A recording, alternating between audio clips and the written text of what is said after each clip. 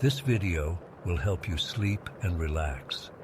But before we begin, I would like to know which city you're from and what time you're watching this. Now, subscribe to the channel, relax, and let's begin. I still wake up screaming most nights.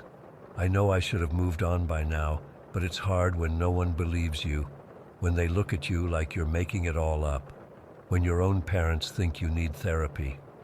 But I was there. I saw what happened, and I know what I felt. I grew up in Ravenwood, this tiny town buried in the woods of the Pacific Northwest. It's the kind of place where everyone knows everyone, where the same families have lived for generations, and where you're supposed to follow the rules. The biggest rule? Stay away from the shadow house. The house sat on Blackwood Hill, this old Victorian mansion that looked like it was slowly being swallowed by the forest. The trees around it grew weird, all twisted and bent, like they were trying to grab the house. No matter how sunny it was in town, that place always seemed to be covered in shadows. There were all these stories about it, people going missing, strange lights in the windows at night, whispers in the woods around it.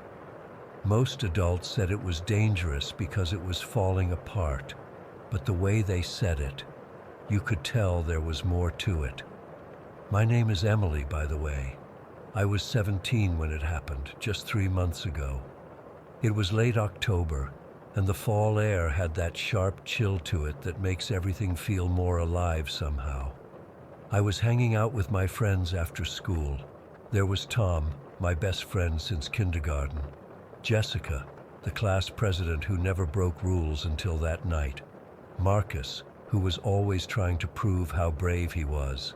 And Zach, who filmed everything on his phone. We were at Pete's Diner, our usual spot, when Marcus brought it up. You know what we should do this weekend? Check out the Shadow House. I remember how my stomach dropped. Are you serious? My grandma says that place is evil. Come on, Marcus laughed. Your grandma also thinks her cat can predict the weather. She's not wrong, though, Tom said quietly. About the house, I mean. My dad's friend went up there as a teenager. He came back different. Wouldn't talk about what happened. Jessica rolled her eyes. It's just an old house. The shadows are probably just the trees blocking the light. Then you won't mind checking it out, Marcus challenged. And that's how it started. That stupid dare. That need to prove we weren't scared. God, I wish I'd just gone home that night. We decided to go that very evening. No time to overthink it, Marcus said. We told our parents we were going to the movies, then drove up in Zach's old Jeep as far as the road would take us before hiking the last quarter mile. The whole way up, the forest felt wrong. The birds stopped singing, and the wind made this low moaning sound through the trees. I kept getting the feeling we were being watched. When we finally reached the house, it was even more imposing up close. 3 stories of weathered Victorian architecture with a tower on one side that looked like it was leaning slightly. The windows were all intact, weirdly enough, but so dirty you couldn't see inside. The porch wrapped around the front, with steps that creaked under our weight. This is insane, Jessica whispered, her earlier confidence gone. We shouldn't be here. Let's just take a quick look and go, Tom said, glancing nervously at the darkening sky. It'll be completely dark soon. Marcus was already pushing at the front door. It swung open with this awful groan that made my skin crawl. Ladies first, he grinned. Inside, it was like stepping into a different world. The air was stale but not dusty like you'd expect in an abandoned house. It was cold too, much colder than outside. Zach turned on his phone flashlight, and we could see a grand foyer with a massive staircase leading to the upper floors. There were paintings on the walls, old portraits of stern-looking people in Victorian clothes. "Check these out," Tom said, walking closer to one of the portraits. "Is it just me, or do the eyes seem to follow?" "You?" I looked, and sure enough, the eyes of the man in the painting seemed to track my movement. "It's just an optical illusion," I said, not believing it myself. We moved deeper into the house, into what must have been the parlor. It was furnished like someone still lived there. Velvet couches, a beautiful Persian rug, a grandfather clock in the corner that wasn't ticking. And in the center of the room, on a small table, was a Ouija board. "No way," Jessica said. "That's staged. Someone put that there." "Who?" I asked. "No one comes here." Marcus laughed. "Let's use it. Come on, it'll be fun." "Absolutely not," I said, but Tom was already sitting down. "It's just a game, Em. Parker Brothers makes them." I reluctantly joined them around the table. The board looked old, not like the modern ones you'd buy in a toy store. The wood was dark and polished, the letters faded with age. As soon as we all put our fingers on the planchette, the temperature dropped even further. I could see my breath now. The planchette moved immediately, not the slow, uncertain movement you get when people are pushing it subconsciously. It flew across the board, so fast our fingers could barely keep up. "Leave. Very funny, Marcus," Jessica snapped. "I'm not doing anything," he protested, his face pale. "NOW. "Guys, stop it," I said, my voice shaking. "NOT. I swear I'm not moving it," Tom whispered. "SAFE. As the planchette spelled the last letter, the grandfather clock suddenly chimed, making us all jump. It was 9 o'clock, but the clock hadn't been working when we came in. That's when the chandelier fell. It crashed down right next to where we were sitting, glass shattering everywhere. Jessica screamed, and we all jumped to our feet. "We need to go," I said, my heart pounding. "Now." That's when we heard it. Whispers, coming from the walls, from the ceiling, from everywhere and nowhere at once. At first, they were too quiet to make out, but they grew louder, urgent. "Get out, while you can... They're waking up." "This isn't funny anymore," Zach said, backing toward the door. "Let's go." We headed back to the foyer, but it looked different. The staircase seemed to twist in ways that defied physics. The front door was gone, replaced by a blank wall. The hallways stretched longer than they should have. "What the hell?" Marcus whispered. "Where's the door?" "This way," Tom said, pointing to a hallway. "I think there's another exit through here." We followed him, the whispers growing louder behind us. The portraits on the walls seemed to be watching us, their faces contorting into sneers. The hallway kept changing as we walked, getting longer, narrower, the ceiling dropping lower until we were almost crawling. That's when it happened. Tom, who was leading us, suddenly stopped. "Do you guys feel that?" he asked, his voice barely audible. Before any of us could answer, his face went white. He screamed, a sound I'll never forget as long as I live. It was pure terror. He was looking down at his leg, where a pale grayish hand had emerged from the wall, gripping his ankle. More hands appeared, pushing through the wall like it was made of water, grabbing at his clothes, his arms. "Help me!" he screamed, reaching for us. Marcus lunged forward, grabbing Tom's hand, but it was like he was being pulled by something impossibly strong. The wall itself seemed to ripple, and then Tom was gone, pulled through solid wall, his final scream cut off abruptly. Jessica was hysterical now, sobbing and shaking. "This isn't real, this isn't real," she kept repeating. "We need to run," I said, grabbing her arm. "Now." We ran through the twisting corridors, the house changing around us. Doors appeared and disappeared. Stairways led to nowhere. The whispers were screams now, and shadows moved along the walls, not cast by anything, but moving on their own, forming shapes that looked almost human, but wrong somehow, too tall and thin with too many limbs. Zach was the next to go. We were running down a hallway when the floorboards beneath him simply opened up. He fell through with barely a shout, and when we looked down into the hole, there was nothing but darkness. No bottom, no Zach, nothing. Marcus pushed Jessica ahead of him. "Keep moving," he shouted. But the shadows on the walls were moving faster now, converging on us. One of them actually reached out from the wall and grabbed Marcus by the throat. I'll never forget the look in his eyes as he was dragged backward into the darkness, or the way his skin seemed to turn gray where the shadow touched him. It was just Jessica and me now. We held hands, running blindly through the nightmare house. "There!" Jessica pointed to a doorway that seemed to lead outside.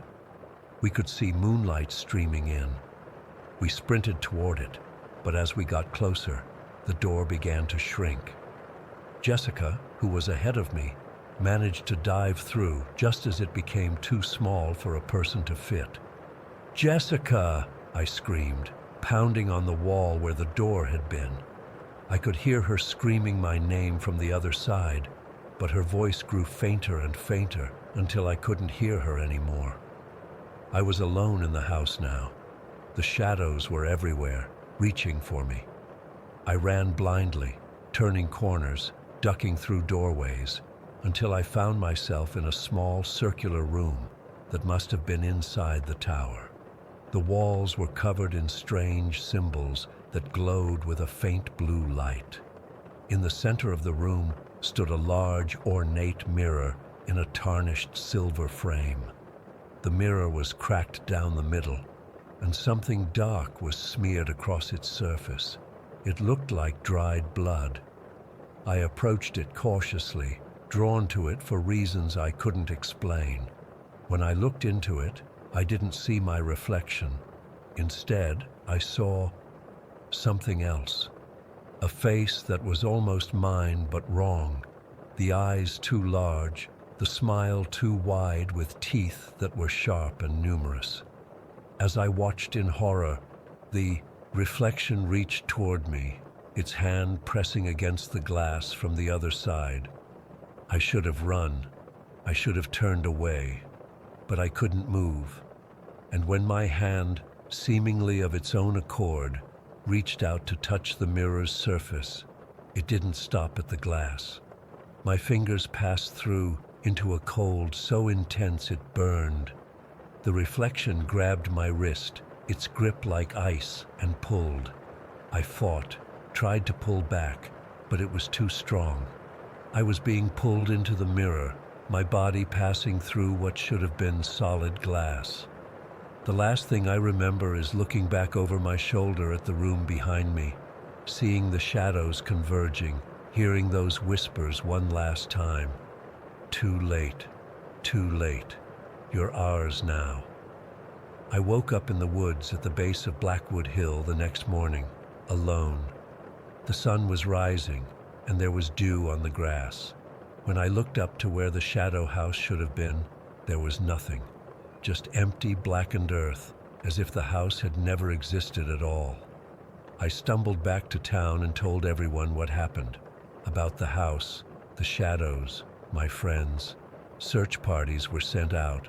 Dogs, helicopters, the works. They found nothing. No house, no bodies. No evidence that Tom, Jessica, Marcus, or Zach had ever been on that hill.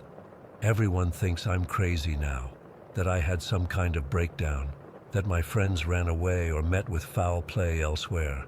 My parents have me in therapy 3 times a week, but I know what I saw. I know what happened. And sometimes when I look in the mirror, I see it again, that other face, that wrong smile, just for a second before my reflection returns to normal. And at night, I can still hear the whispers. I don't know why I was the only one who made it out, or if I truly did make it out at all. All I know is that the shadow house was real, and whatever lived there, whatever took my friends, it's still out there. And sometimes I think it's still watching me.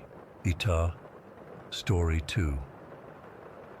I've been driving trucks for 30 years now, 30 damn years on America's highways, and I thought I'd seen everything. Jackknifed semis, crazy weather, wildlife running across the interstate at the worst possible moment. But what happened to me that night on I-90 in Wyoming?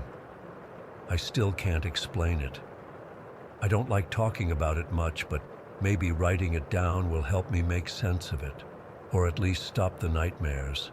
It was supposed to be a routine haul. Seattle to Chicago, electronics, nothing special. I've done that route dozens of times. Left Seattle on Monday morning, planning to be in Chicago by Wednesday afternoon.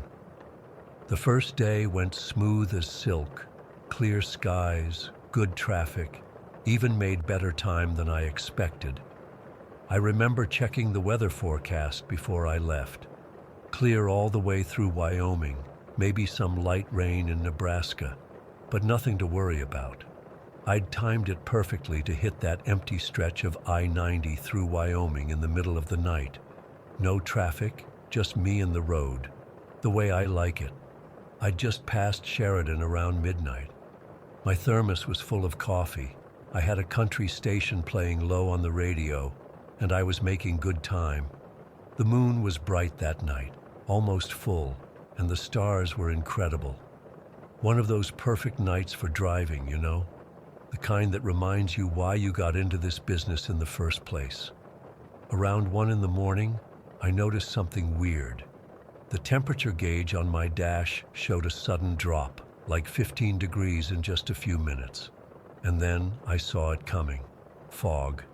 Not your normal ground level stuff, but thick soup rolling across the highway like something alive. It didn't make any sense. The forecast was clear. The air had been bone dry all evening, and now suddenly I couldn't see 50 feet in front of me. I slowed down to about 40 miles per hour, which is crawling for that stretch. My high beams just reflected back at me, so I switched to low beams, but it barely helped. The fog seemed to swallow the light. That's when my CB radio crackled to life. I keep it on channel 19 like most truckers, but it had been quiet all night. Static first, then a voice came through clear as day. "Driver eastbound on 90, get off the road, get off now." The voice was calm, almost flat. No emotion, no panic, just a statement. I figured it was some local messing with out-of-state drivers. You get that sometimes. I keyed the mic and said, "This is eastbound. Road seems fine to me, just some fog. Over." No response, just more static. I kept driving, straining to see through the fog. The weird thing was, I couldn't see any lights ahead or behind me. No other vehicles. Just white nothingness. And the road. Always the road. About 5 minutes later, I saw headlights in the distance, coming right at me, in my lane. My heart jumped into my throat. I hit the horn and swerved hard to the right, nearly losing control as I felt the rumble strips under my tires. The headlights kept coming, fast, and I braced for impact, but there wasn't one. When I looked in my mirror, there was nothing there. No lights, no vehicle, nothing but fog. I pulled over onto the shoulder, my hands shaking so bad I could barely grip the wheel. My heart was pounding like it wanted out of my chest. I sat there for maybe 10 minutes, just trying to get my breathing under control. I'm not ashamed to admit I was scared. 30 years on the road, and I've had close calls, but nothing like that. I checked my logbook. 1:25 a.m. I looked at my GPS to confirm my location, but the screen was flickering, losing signal. Great. After calming down a bit, I decided to push on. Chicago was waiting, and I had a schedule to keep. But as I pulled back onto the highway, the fog seemed even thicker than before, and colder. I could feel it seeping into the cab somehow, even with the windows up and the heater running. That's when I saw him, a tall, thin figure standing on the side of the road, just standing there, wearing what looked like a long coat, too tall to be normal, too still. As I passed by, I swear the figure turned its head to follow my truck. No face that I could see, just darkness where a face should be. And then, in my mirror, nothing. Like he'd never been there at all. My CB crackled again.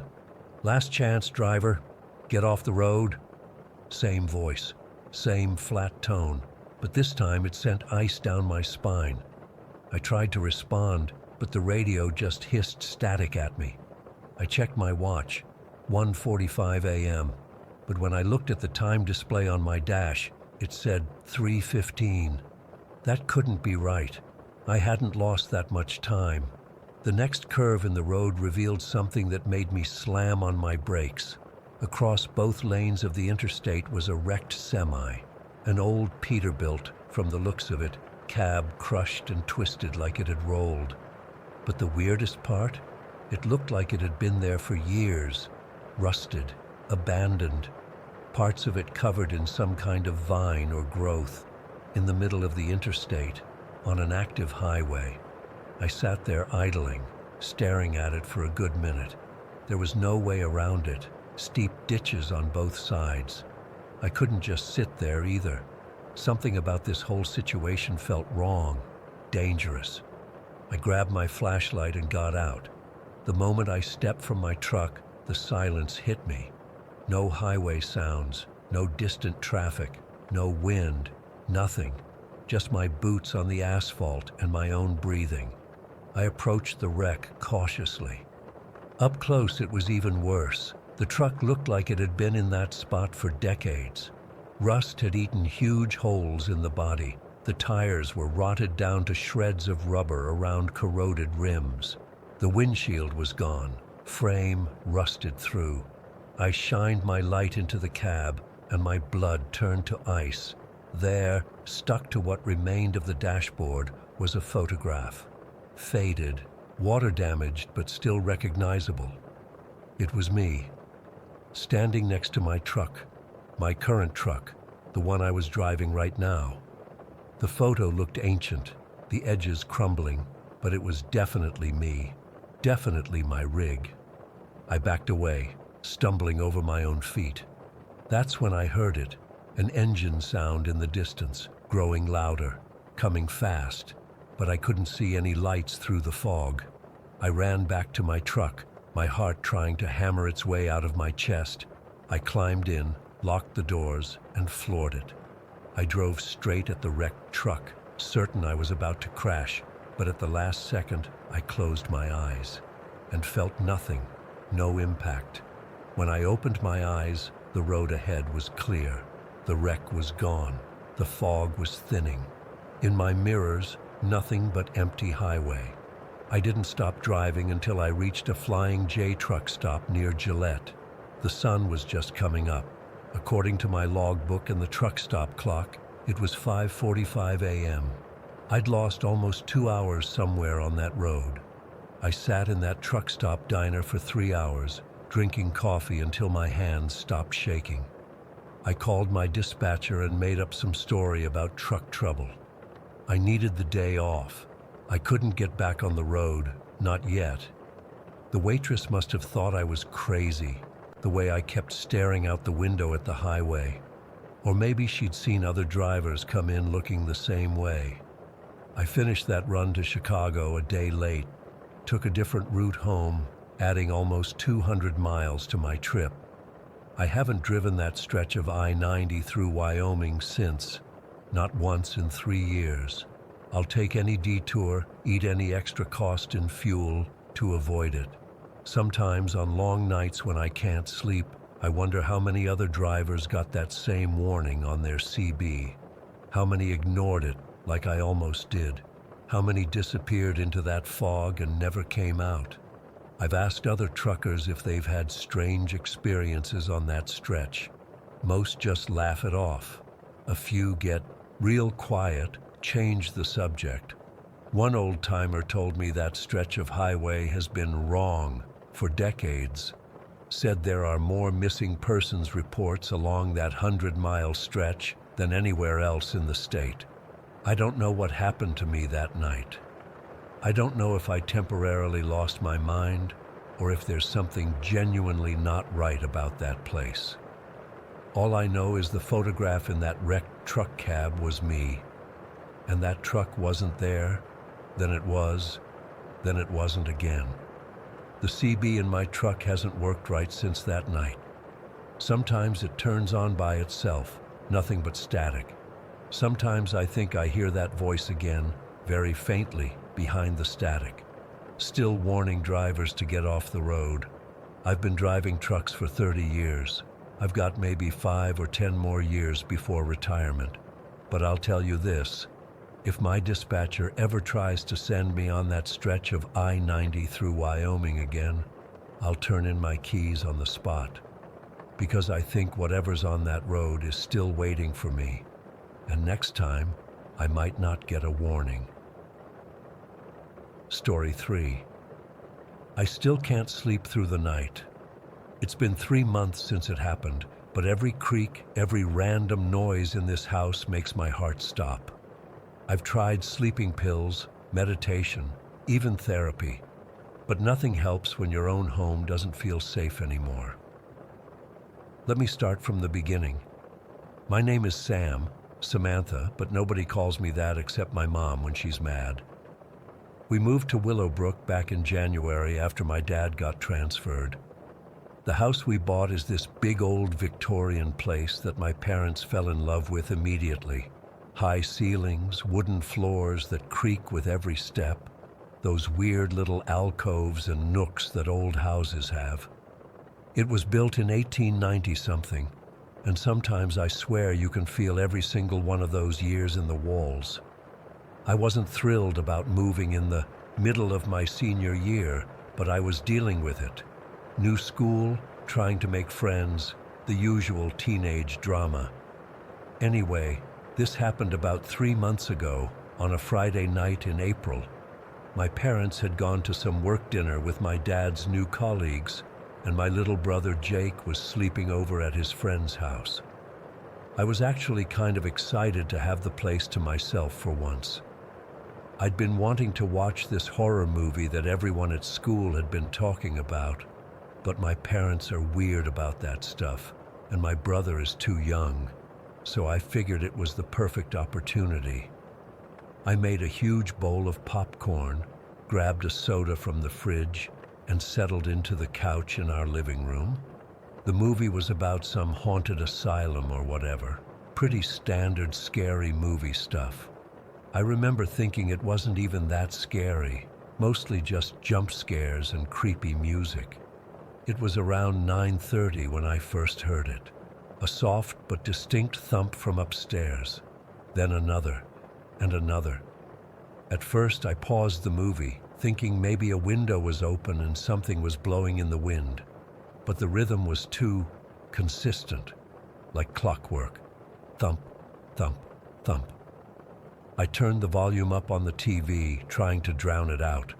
Old houses make noises, right? That's what my dad always says when I get freaked out by the sounds this place makes at night.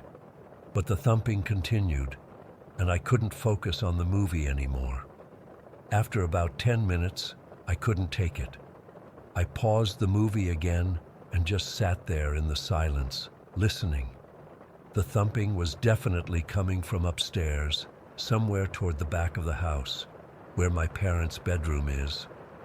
I grabbed my phone, thinking maybe I should call someone, but who? My parents?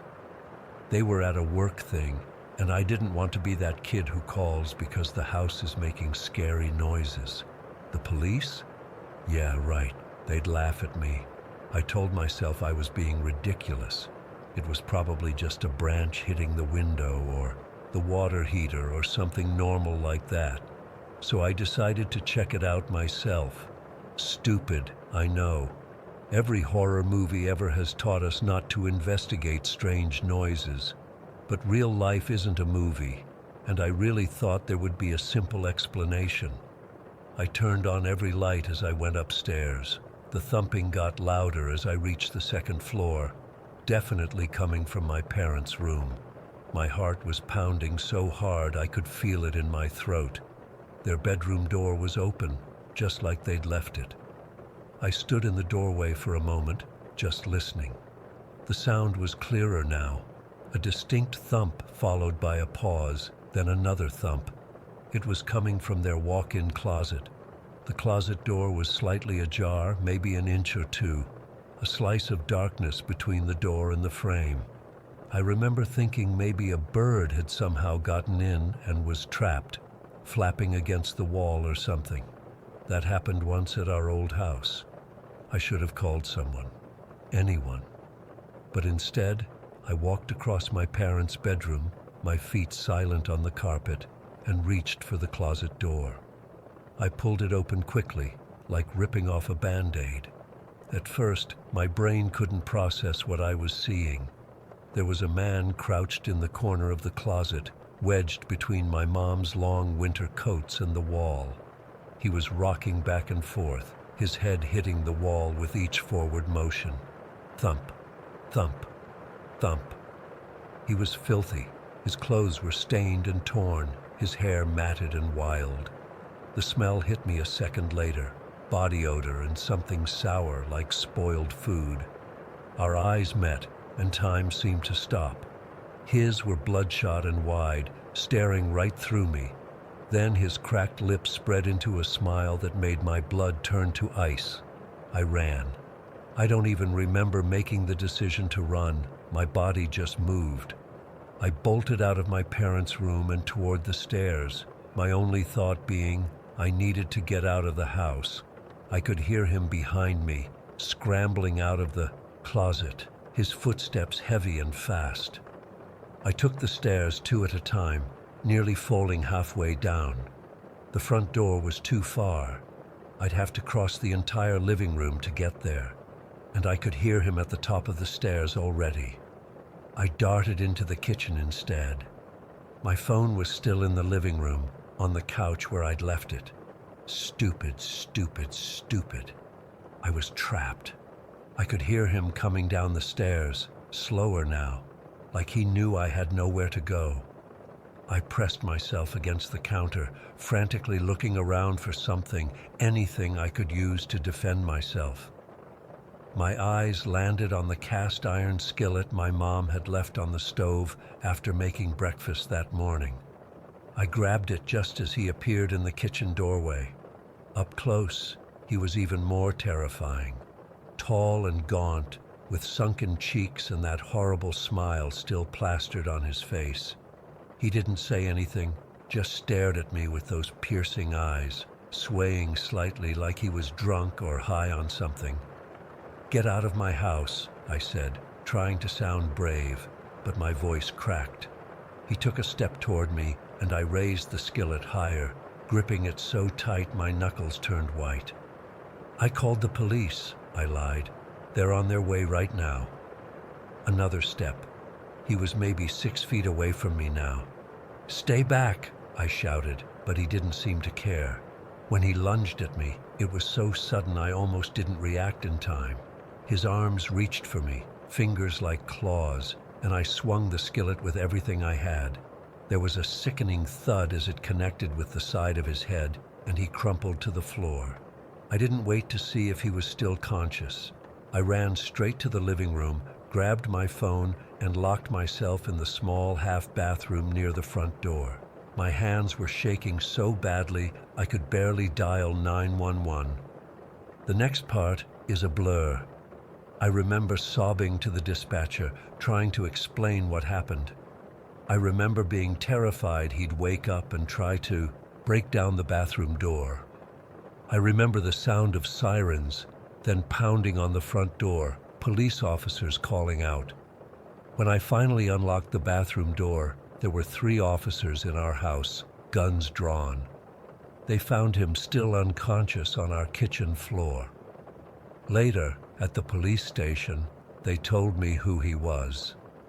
A homeless man named Harold Mercer, who had a history of breaking into vacant houses. Except our house wasn't vacant. We'd been living there for almost 4 months. That's when the detective told me the worst part. Based on what they found in our attic, a makeshift bed, food wrappers, a bucket he'd been using as a toilet, they estimated he'd been living in our house for at least 3 weeks. 3 weeks, while we slept, ate dinner, watched TV, lived our lives. He'd been up there, watching, waiting, coming down when we were gone or asleep. They found a small collection of things he'd taken from around the house. My mom's earrings that she thought she'd misplaced, one of my scrunchies, a photo of me from my dresser. The thought of him touching my things, being in my room while I was at school, makes me physically sick. The police said we were lucky. Lucky that I was alone when he finally showed himself. Lucky that I had the skillet. Lucky that I managed to hit him hard enough to knock him out. But I don't feel lucky. I feel violated in a way I can't even describe. This was our home, the place where we're supposed to feel safe. My parents wanted to move immediately, but houses don't sell that quickly, and we can't afford 2 mortgages. So we're still here, in this house where a stranger lived in our walls for weeks without us knowing. We've installed a security system, new locks on all the windows and doors. My dad even put a lock on the attic access. But none of that helps with the nightmares, or the constant feeling that someone is watching me. I keep thinking about that night, how differently it could have ended. What if I hadn't gone upstairs to check? What if he had come into my room while I was sleeping instead of making noise in my parents' closet? And there's one thought I can't shake, no matter how hard I try. The police only found one person in our house that night. But sometimes, when I'm alone, I swear I can still hear noises coming from the attic. Soft footsteps, the occasional thump. My parents say it's just the house settling, the wind, my imagination working overtime because of the trauma. But I know what I hear. And sometimes, late at night, I find myself staring at my ceiling, wondering, what if he wasn't alone up there? The police never found any evidence of a second person, but they also didn't find Harold Mercer until he wanted to be found, until he got careless, or bored, or whatever made him start making those thumping noises that night. I don't sleep much anymore. Every sound, every creak, every whisper of wind makes me freeze. I'm counting down the days until I leave for college in the fall. I've already decided I'm getting a dorm room on the 1st floor. No attics, no closets big enough for someone to hide in. But until then, I'm here, in this house, listening, waiting, wondering if we're really alone. Story 4. I still can't believe what happened last weekend. I've been sitting here for hours trying to figure out how to even put this into words. My hands are still shaking as I type this. I need to get this out somewhere because I can't sleep, can't eat, and the police think we're just making this up. It was supposed to be just a stupid dare. That's how these things always start, right? Me, Jake, Mia, Tyler, and Chris had been planning a camping trip in the mountains for spring break.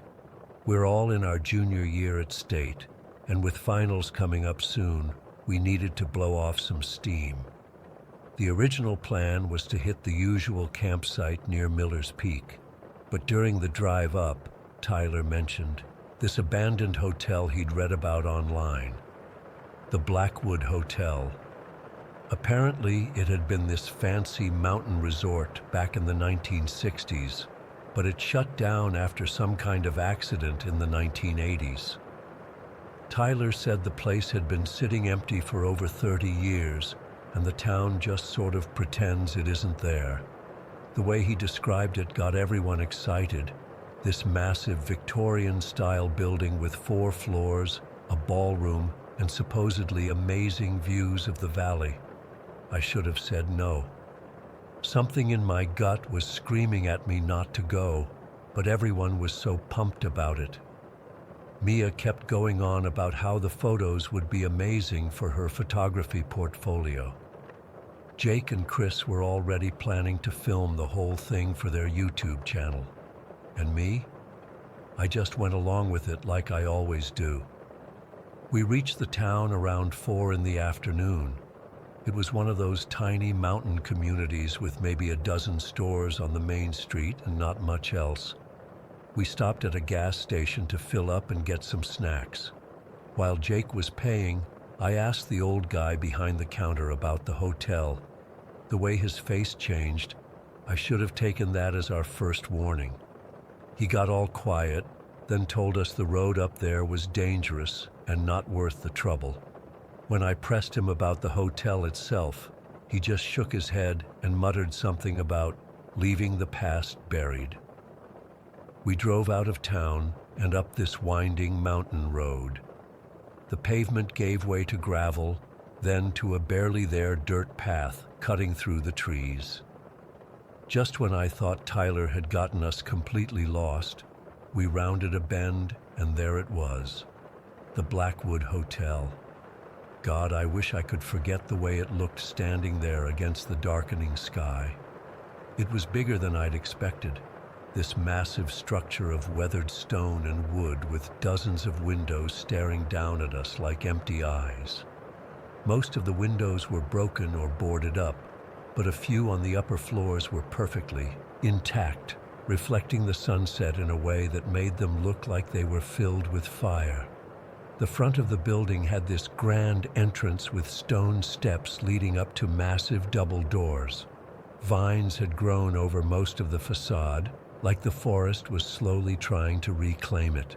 There was a circular driveway out front, now overgrown with weeds pushing through the cracked pavement.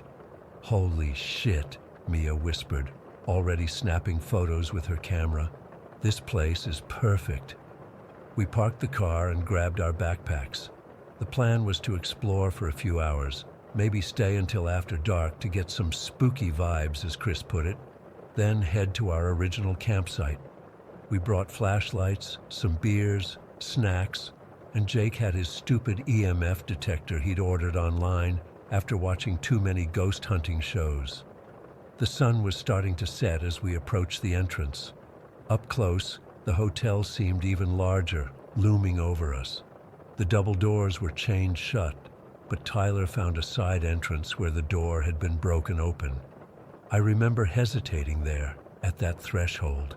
Something about the darkness beyond that doorway felt wrong, like it was deeper than it should be.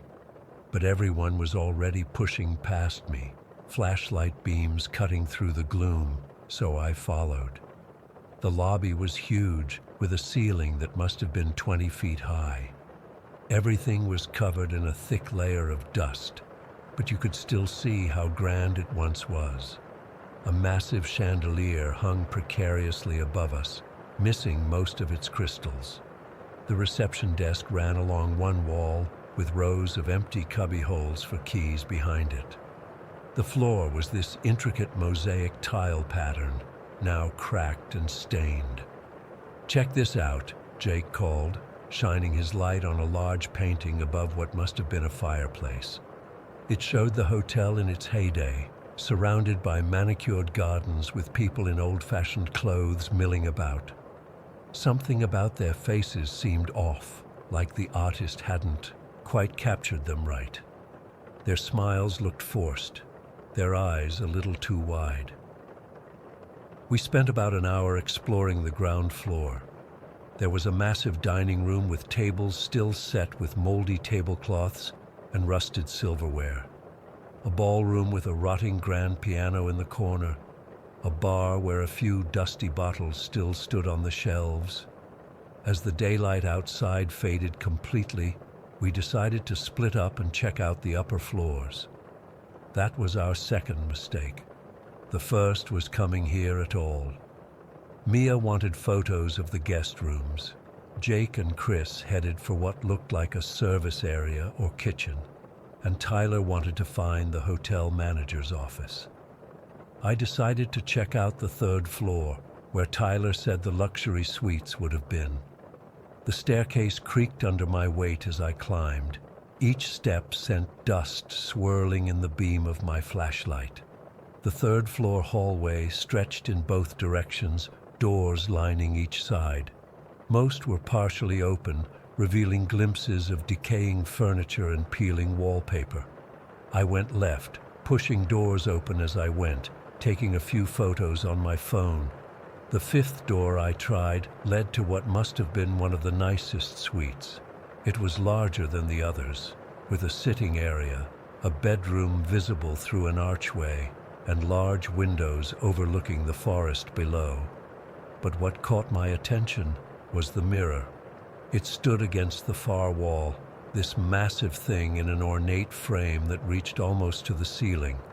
Unlike everything else in the hotel, it looked pristine. No dust, no cracks, the silver backing still perfect. My flashlight beam reflected off it, momentarily blinding me. I approached it slowly, drawn to it in a way I can't explain. As I got closer, I could see myself reflected clearly. My messy brown hair, my pale face, the red hoodie I was wearing. But something was wrong. I raised my hand to touch my hair, but my reflection moved a split second too late. Just a tiny delay, but enough to notice. I told myself it was just my imagination, or a trick of the light. I waved my hand. Again, that slight delay in the mirror. My heart started beating faster. I took a step back, and my reflection took a step forward. That's when I noticed its eyes. My eyes are hazel. The eyes staring back at me from the mirror were black, completely black, like holes in reality. And then it smiled. I've never seen my face make an expression like that. It wasn't human. The corners of its mouth stretched too far, revealing too many teeth. And all the while, those black eyes stayed fixed on mine. I couldn't move, couldn't breathe, couldn't scream. I just stood there as my reflection placed its palm flat against the inside of the glass, and then it pushed through. A hand, my hand, but not my hand, emerged from the mirror, reaching for me.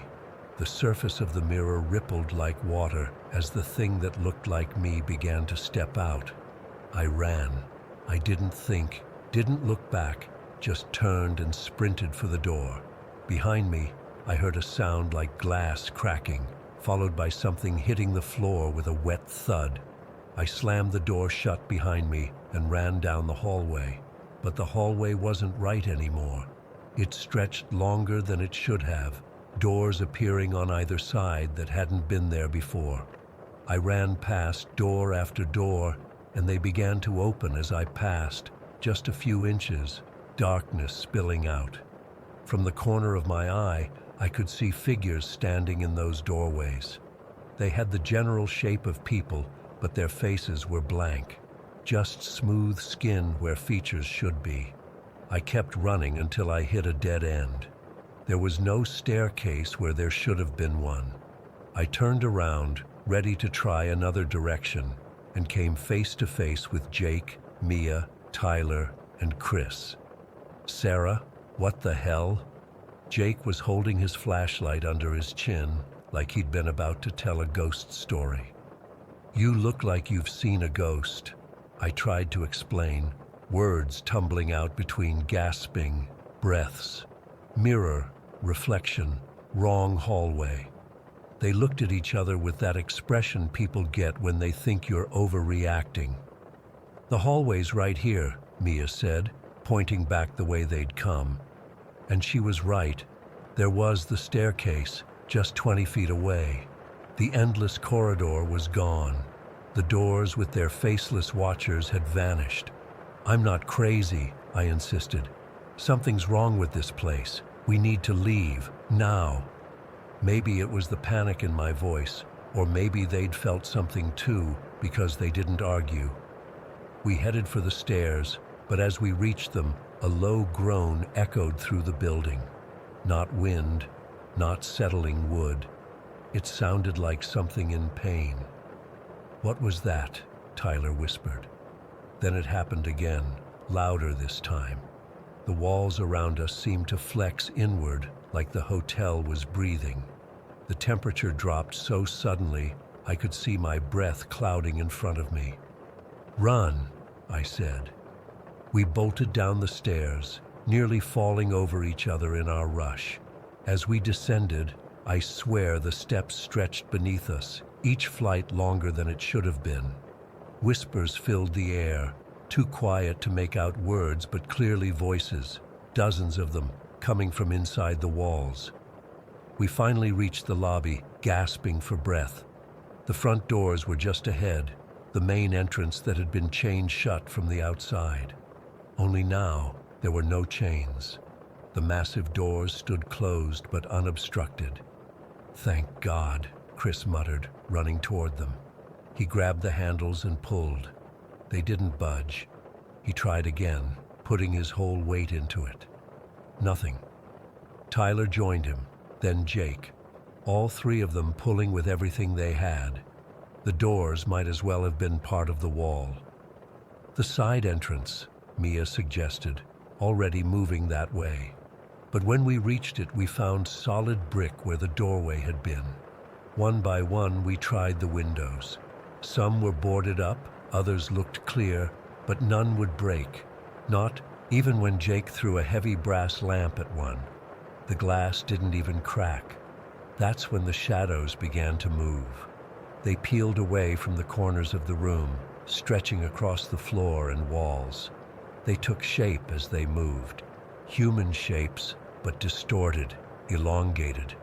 And in each one, a face formed, mouths open in silent screams, eyes wide with terror. The chandelier above us began to sway, though there was no breeze. The temperature dropped further, so cold it burned my lungs with each breath.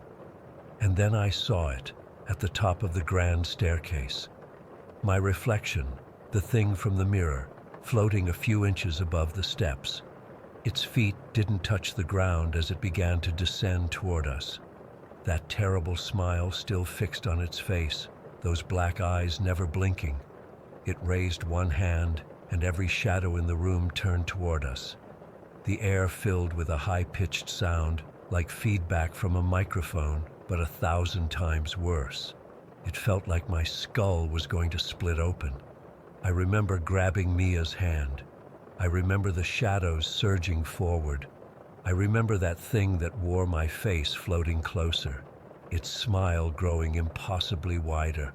And then, nothing. I woke up in my own bed, in my apartment, fully dressed, including my shoes. It was morning. My phone said it was Sunday. We'd left for the mountains on Friday afternoon. I immediately called Mia. No answer. Jake, Tyler, Chris, all straight to voicemail. I checked social media, our group chat, nothing. It's like they've disappeared. I drove to Jake and Tyler's apartment. Their roommate said they never came home from the trip. Mia's roommate said the same thing. Their families have filed missing persons reports. The police interviewed me for hours, but I could tell they didn't believe me. They think we had a fight, or there was some kind of accident I'm not admitting to. They've searched the area around the town, but here's the thing. There is no Blackwood Hotel, at least not according to any official records. The locals claim there's never been a hotel on that mountain. The road we took doesn't exist on any map. But I know what I saw. I know what happened. And sometimes, when I look in the mirror too quickly, I catch a glimpse of something behind my reflection. Something smiling with too many teeth, watching me with eyes like empty holes. I don't know why I came back when the others didn't. I don't know if they're still there or somewhere else. All I know is that whatever was in that hotel, whatever came out of that mirror, It's not done with me yet. Story 5. I never thought I'd be sharing this, but I need to get it off my chest. Maybe someone else has experienced something similar or can make sense of what happened to me. Even typing this makes my skin crawl, but here goes. Last April, I moved into what seemed like a perfect little house in a quiet Portland suburb. Nothing fancy, just a modest 2-bedroom with a small yard, but it was mine, and after years of renting, I was proud to finally be a homeowner. The price was surprisingly reasonable for the area, which should have been my first red flag. The neighborhood seemed normal enough. Mostly older folks who'd lived there for decades, a few young families. And then there were my next-door neighbors, David and Claire. When I first met them during move-in, they seemed unremarkable. Maybe in their 40s, both with that generic suburban look. David was tall, thin, with close-cropped hair and glasses. Claire was shorter with shoulder-length brown hair. They brought over a houseplant as a welcome gift, said they'd been living there for about 3 years. I remember thinking they were nice but forgettable. The first week was uneventful, just unpacking and settling in. Then I started noticing the electrical issues. At first I thought it was just an old house thing. The lights would dim occasionally, especially in the evening. But after a few days, I realized there was a pattern. Every single night at exactly 10:30, the lights would flicker, not just randomly, but in a specific sequence. 3 quick flickers, a pause, 2 more flickers. It was like Morse code or something. What made it weirder was when I noticed David and Claire's house had the exact same pattern of flickering at the exact same time. I could see it through their windows across our small adjoining yards. I figured maybe we were on the same electrical circuit or something, so I didn't think too much about it. About 2 weeks after moving in, I was up late watching TV when I glanced out my living room window and noticed David standing in his window, just watching me. Not waving or acknowledging me when we made eye contact, just staring with this blank expression. When I raised my hand to wave, he didn't move or respond, just kept staring for another minute before slowly turning and walking away from the window. It left me feeling unsettled, but I tried to rationalize it. Maybe he was lost in thought or something. That's when I first noticed the sounds. It started as a faint buzzing coming from the wall I shared with their house, the wall where my TV was mounted. At first, I thought it was just the TV itself, or maybe my refrigerator. But when I turned everything off, the buzzing continued. It wasn't constant. It would come and go, sometimes accompanied by a mechanical clicking sound. I tried to ignore it, but after a few days, the sounds got more pronounced. There was now a distinct tapping that seemed to move through the walls. Not like pipes or normal house settling. This sounded deliberate, like someone was knocking on the inside of my walls. I started keeping a log of when it happened, and there was definitely a pattern. The tapping always started around 11 at night and lasted for about 20 minutes. One night, about a month after I'd moved in, I was lying in bed when I heard what sounded like muffled voices coming from inside the wall next to my headboard. Not like neighbors talking next door. This was definitely coming from inside my wall. I put my ear against the wallpaper and could make out what sounded like a man and woman speaking in hushed tones, though I couldn't understand what they were saying. When I knocked on the wall, the voices immediately stopped. I couldn't sleep after that. I spent the night researching the history of my house, looking for anything unusual, but found nothing. The next morning, exhausted and freaked out, I decided to talk to David and Claire. I figured if our houses shared a wall, maybe they were hearing the same things. When Claire opened the door, I was taken aback. She looked nothing like the put-together woman I'd met during move-in. Her hair was messy, she had dark circles under her eyes, and she was wearing what looked like the same clothes from days earlier. When I mentioned the noises, her entire demeanor changed.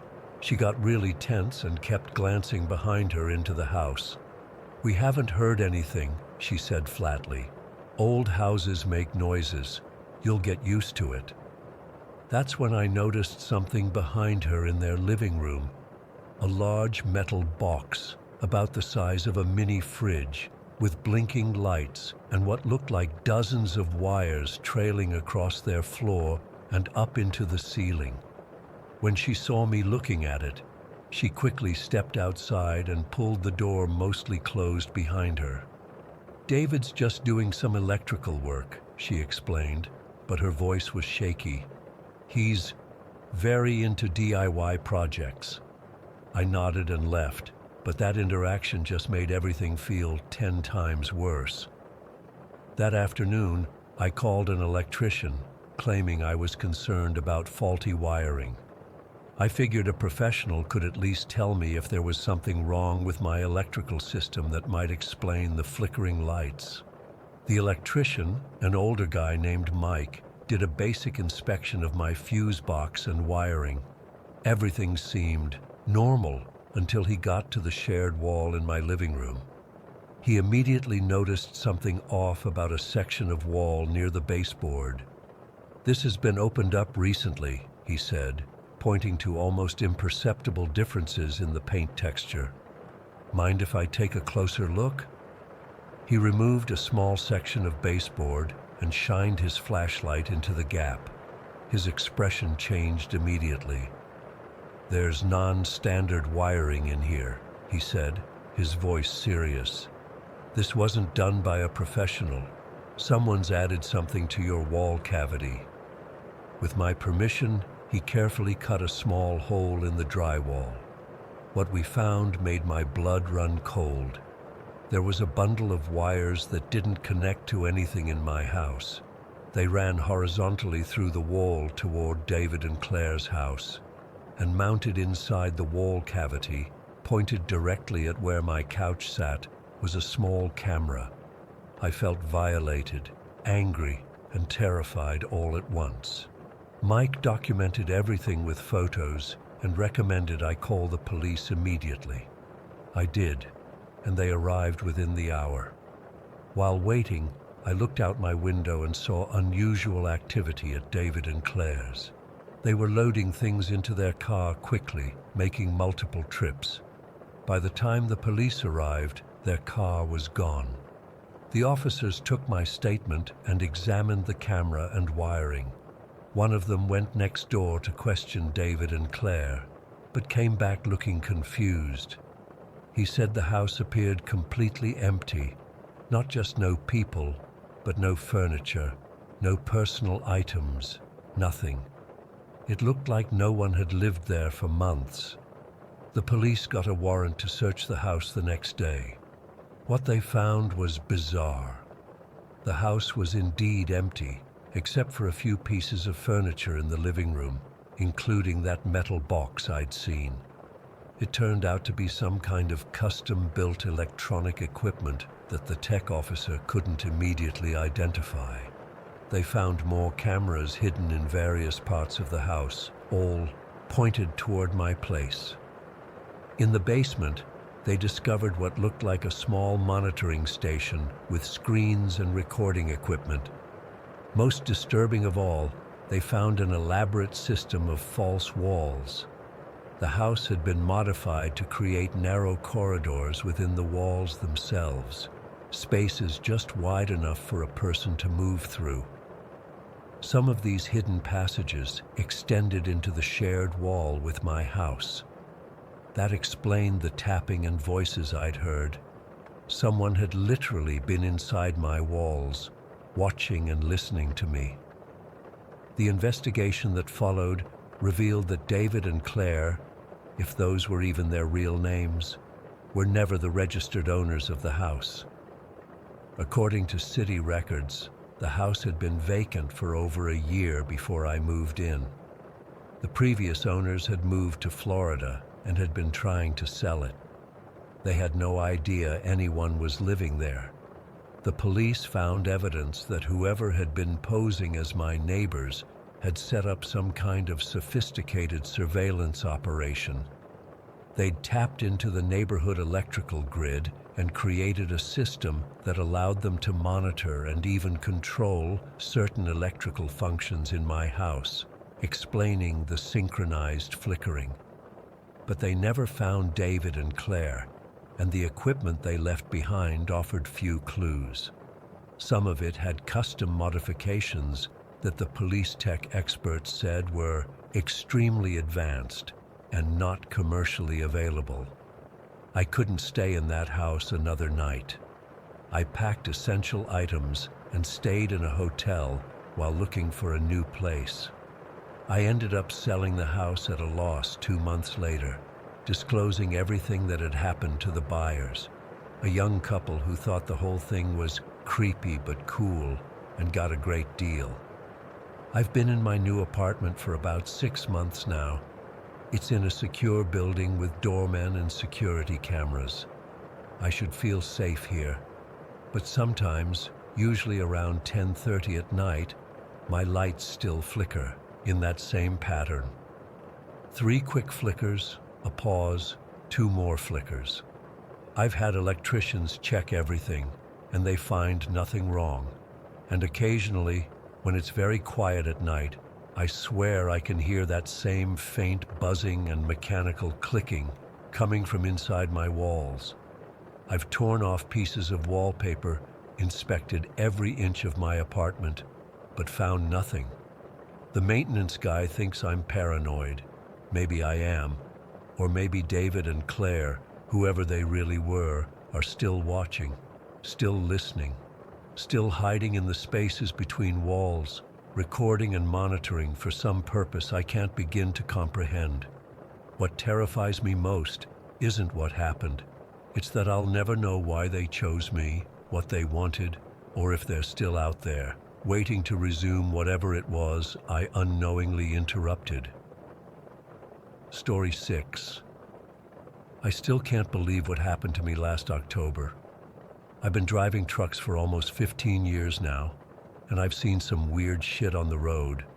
Animals darting across highways, drunk drivers doing insane things, even a couple of nasty accidents.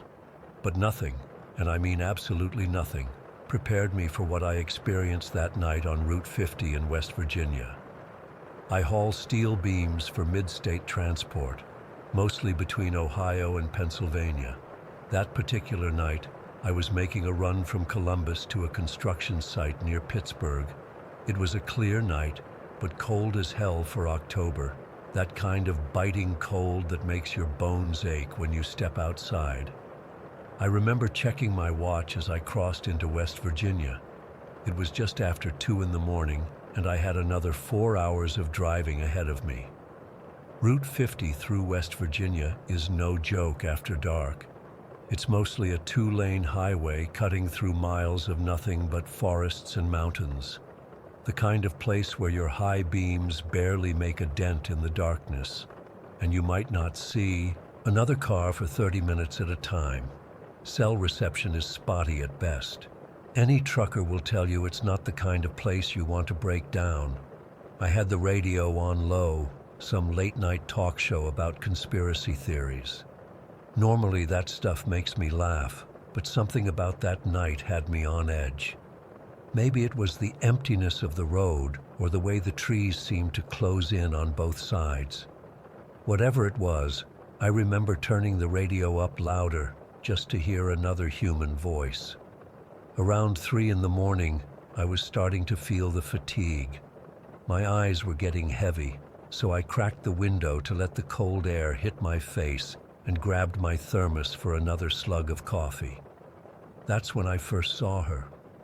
My headlights caught something pale on the roadside ahead, just a flash of white against the darkness. As I got closer, I could make out a figure standing at the edge of the asphalt. A woman, just standing there, not moving, not trying to flag me down, just waiting. I distinctly remember glancing at the digital clock on my dashboard. 3:07 a.m. Who the hell would be out here at this hour? My first instinct was to keep driving. In all my years on the road, I've never picked up hitchhikers. Too many horror stories from other drivers. But something made me slow down. Maybe it was because she was a woman alone in the middle of nowhere. Maybe it was because the temperature had dropped below freezing. Whatever the reason, I found myself pulling onto the shoulder about 20 yards ahead of her.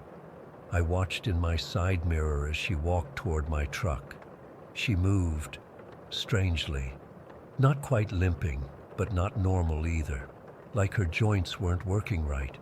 She was wearing what looked like a white dress, completely inappropriate for the weather, and had long dark hair that hung in tangles around her face. Even from a distance I could tell she was young, maybe mid-20s. Against my better judgment, I leaned over and opened the passenger door. She climbed in without saying a word.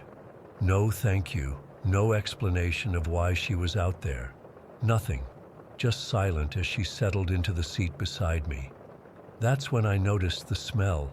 It wasn't body odor or perfume, but something earthy and damp, like wet soil after rain, but stronger, almost musty. The kind of smell you'd find in a basement that hadn't been opened in years. "Where you headed?" I asked, trying to sound casual while pulling back onto the highway. She didn't answer right away, just stared straight ahead through the windshield. Up close, I could see her face clearly in the glow from the dashboard. She was pale, too pale, with dark circles under her eyes. Her lips had an almost bluish tint to them. "Home," she finally said. Her voice was soft but raspy, like someone who hadn't spoken in a long time. "Just up the road a ways."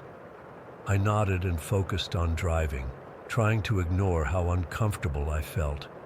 The cab of my truck suddenly seemed too small, too confined.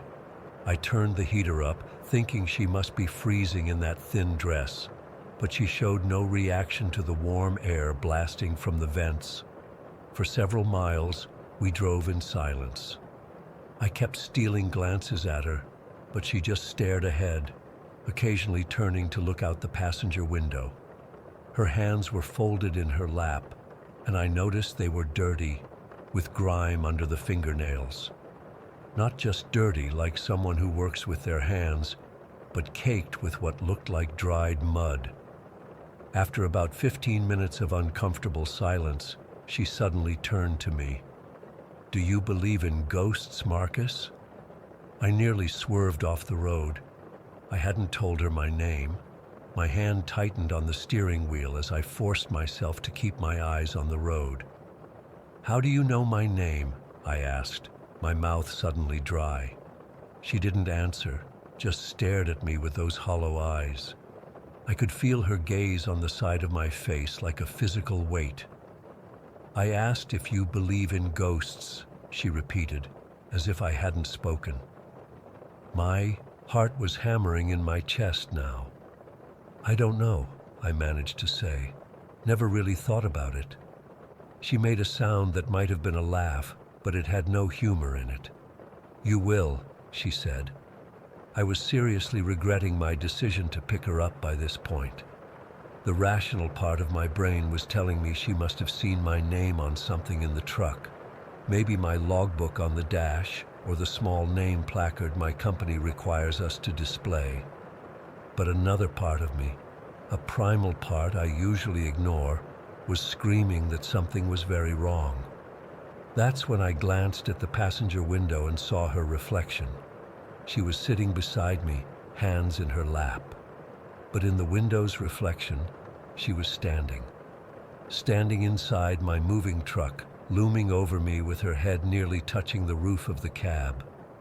In the reflection, her mouth was open too wide, stretched in a way that no human mouth should stretch. I jerked my eyes back to her real form beside me. She was still sitting normally, staring ahead. But now she was smiling slightly, as if she knew exactly what I'd seen. I couldn't take it anymore. I slammed on the brakes, bringing the truck to a screeching halt in the middle of the empty highway. The tires squealed on the asphalt, and I felt the heavy load of steel beams shift dangerously in the trailer behind me. "What the fuck are you?" I shouted, turning to face her directly. The cab was empty. Just empty. The passenger seat where she had been sitting seconds before was vacant. The door was still closed and locked. I always lock my doors automatically when driving. The windows were up. There was nowhere she could have gone. But she was gone. Completely gone, like she'd never been there at all. I sat there in the middle of the highway, engine idling, for what felt like forever. My hands were shaking so badly I couldn't grip the wheel. The only evidence that someone had been in my truck was that lingering smell of damp earth, and even that was fading. Finally, I put the truck in gear and drove. I drove like hell, well over the speed limit, not caring about tickets or safety or anything except getting away from that spot. I kept the lights on inside the cab, checking the empty passenger seat every few seconds like she might reappear. I reached Clarksburg around 4:30 and pulled into a truck stop, desperate for coffee and human contact. The place was nearly empty, just a couple of other drivers hunched over early breakfasts and a tired-looking waitress behind the counter. I must have looked like shit when I walked in, because the waitress, Darlene, according to her name tag, took one look at me and poured a coffee without me asking. "You all right, honey? You look like you've seen a ghost," she said, sliding the mug toward me. I nearly knocked the coffee over. "What did you say?" Darlene raised an eyebrow.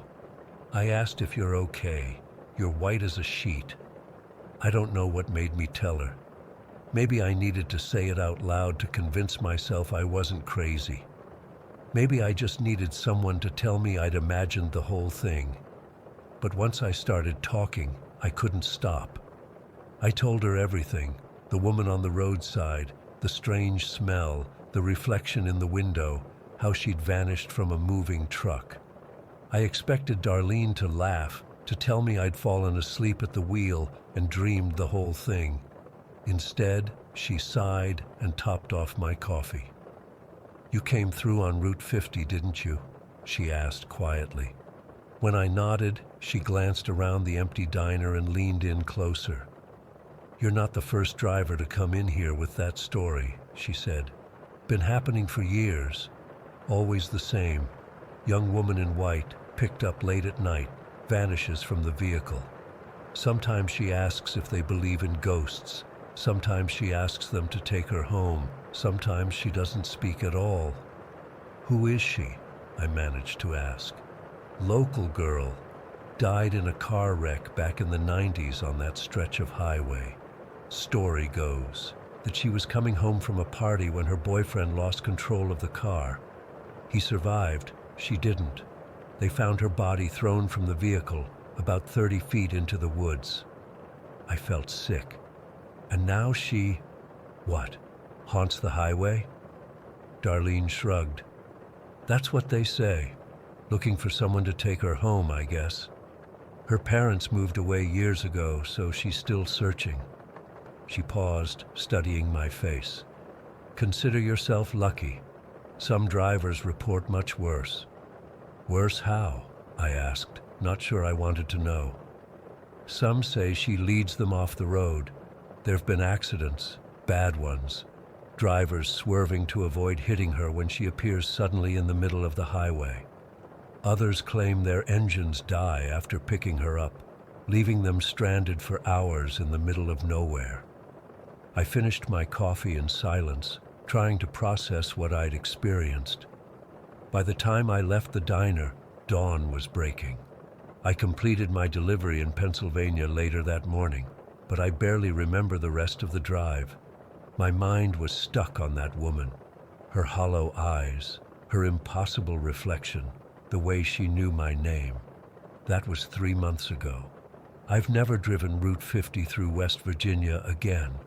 My dispatcher thinks I'm crazy for taking the longer route around. adding nearly 2 hours to certain trips, but I don't care. No load is worth going back there.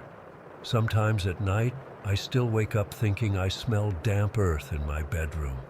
And sometimes, when I'm driving alone and catch movement in my peripheral vision, I'm terrified I'll turn and see her sitting in my passenger seat again, asking me if I believe in ghosts, because now I do. God help me, I do.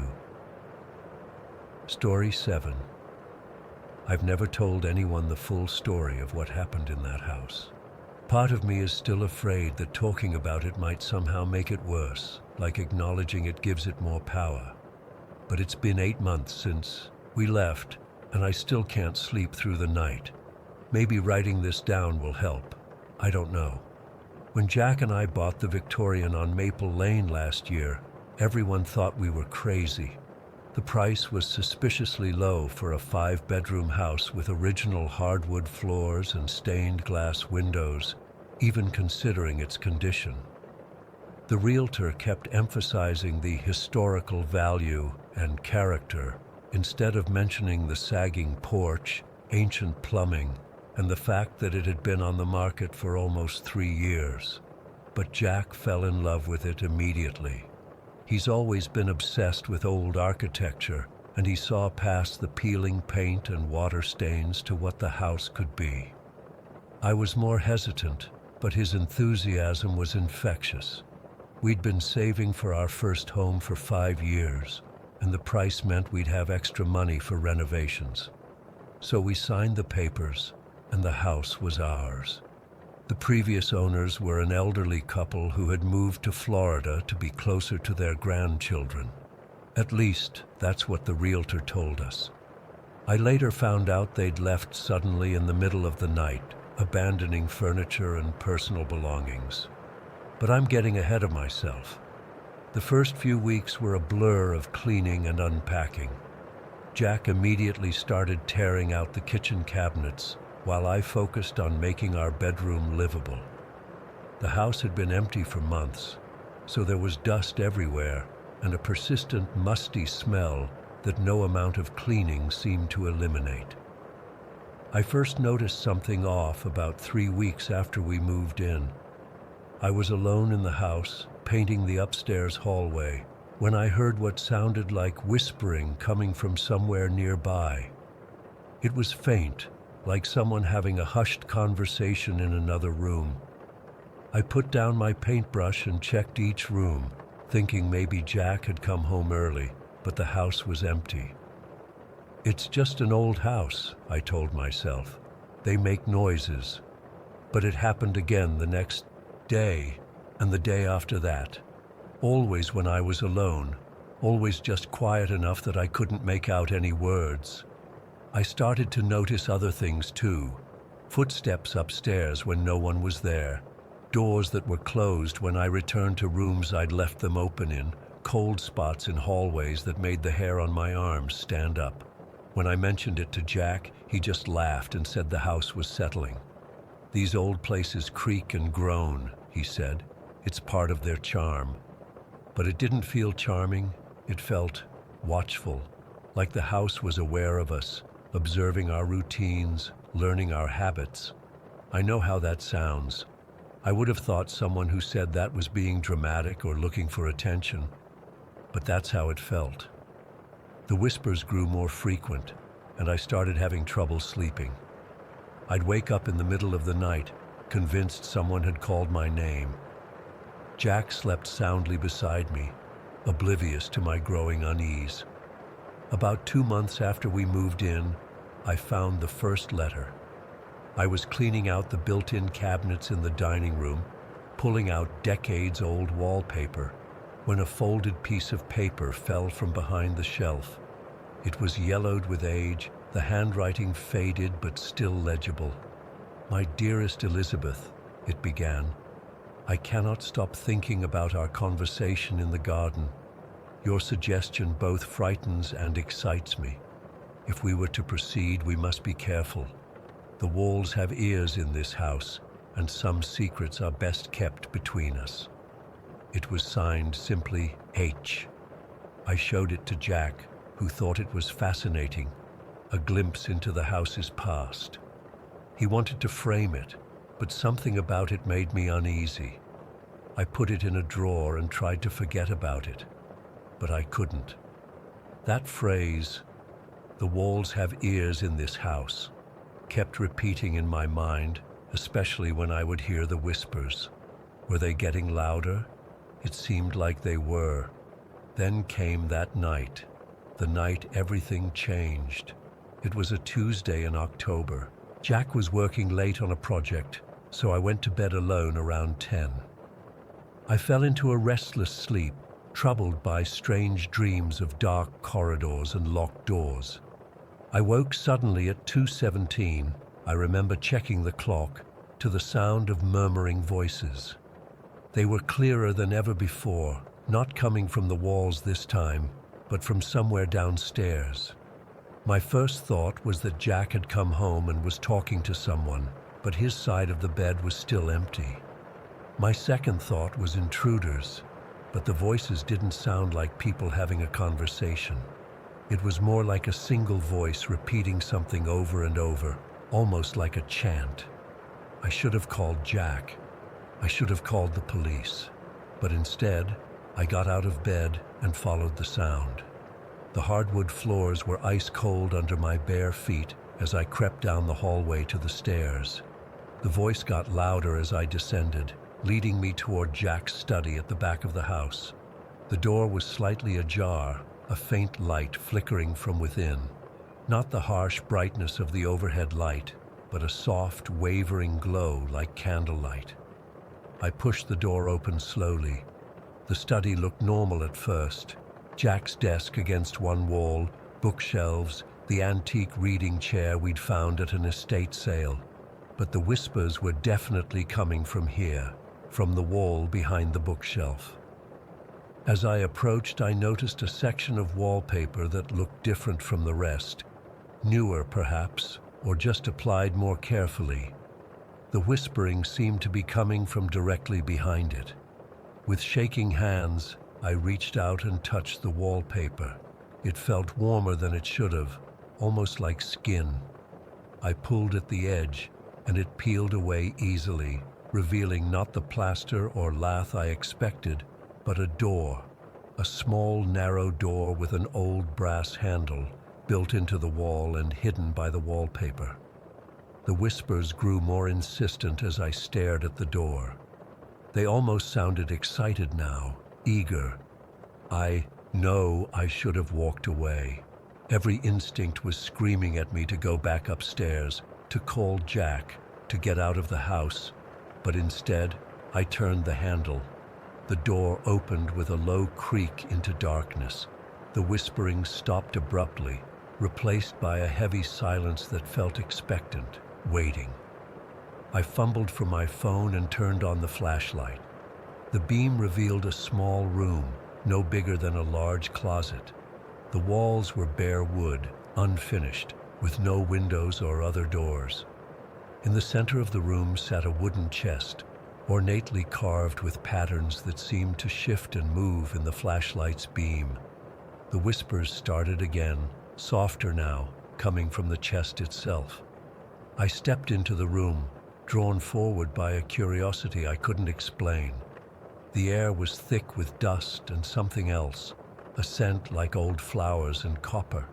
The chest wasn't locked. When I lifted the lid, the hinges moved smoothly, as if recently oiled. Inside, lying on top of a stack of papers, was a collection of photographs. They were old sepia-toned portraits, men and women in Victorian clothing, standing stiffly in formal poses. Ordinary antique photos, except for the eyes. Every single person had the same eyes, flat, black, empty, like holes punched through the paper. Not just dark eyes, but wrong somehow, as if someone had carefully altered each photo to make the subjects look inhuman. Beneath the photos were letters, dozens of them, bound with faded ribbon. With trembling hands, I untied the first bundle and began to read. They were love letters, spanning decades, all signed with different initials, but addressed to the same person, Elizabeth. The earliest ones were sweet, innocent declarations of affection, but as I read through them chronologically, they grew darker, more obsessive. The writers spoke of jealousy, of watching Elizabeth through windows, of entering her room while she slept. The last letter in the stack was different, the handwriting jagged and hurried, the paper stained with what looked disturbingly like dried blood. "It is done," it read. "She fought more than expected, but in the end she joined the others. The house is pleased. It hungers still, but we have given it what it wanted. For now." As I read those words, the door behind me slammed shut with a force that shook the whole room. I dropped the letter and spun around, lunging for the handle, but it wouldn't turn. The whispers exploded into screams, not just one voice now, but many, overlapping, some wailing in anguish, others laughing, all of them speaking words I couldn't understand, but somehow knew were terrible. The temperature in the room plummeted. My breath came out in white clouds as I pounded on the door, screaming for help. The flashlight on my phone flickered and died, plunging me into total darkness. I could feel something moving in the room with me, brushing against my legs, touching my hair with cold fingers. I don't know how long I was trapped in there. It felt like hours. I screamed until my voice gave out, then huddled against the door, sobbing, while the voices grew louder and the unseen things in the darkness grew bolder in their touches. Then suddenly, the door opened. I fell backward into the study, gasping for air. Jack was standing there, looking confused and concerned. "Sarah, what the hell? I just got home and heard you screaming. What are you doing in there?" I tried to explain, to show him the hidden room, the chest, the photographs. But when I turned around, there was nothing there, just the bare wall of the study, no door, no sign that anything had ever been there. Jack thought I'd had a nightmare, that I'd been sleepwalking. He helped me back to bed, brought me water, stayed awake with me until morning. I let him believe that explanation because the truth sounded insane, even to me. But I knew what I had seen, what I had read, what had touched me in the darkness, and the whispers didn't stop. They got louder, angrier, no longer content to stay in the walls. They followed me from room to room, sometimes screaming right in my ear when I was alone. Jack never heard them, but he saw what they were doing to me. The dark circles under my eyes, the way I jumped at every sound, how I refused to be alone in the house. We moved out 3 weeks later. Jack still thinks I had some kind of breakdown brought on by stress and the pressure of renovating. He was disappointed to leave the house, but concerned enough about my mental health to agree it was for the best. We're in an apartment now, modern and bland and safe. But sometimes, in the middle of the night, I still hear them, faint but persistent, calling my name, telling me they're waiting for me to come back. I've researched the history of the house since then. There's no record of anyone named Elizabeth ever living there. No reports of disappearances or murders. The house stands empty again, waiting for new owners. I drive by sometimes, unable to stay away despite my fear. The windows are always dark, but sometimes I think I see movement behind them, faces pressed against the glass. I don't know what happened in that house, what still lives in those walls. But I know it's patient, and I know it's hungry. And sometimes when I close my eyes, I see those photographs with their wrong black eyes staring back at me, waiting.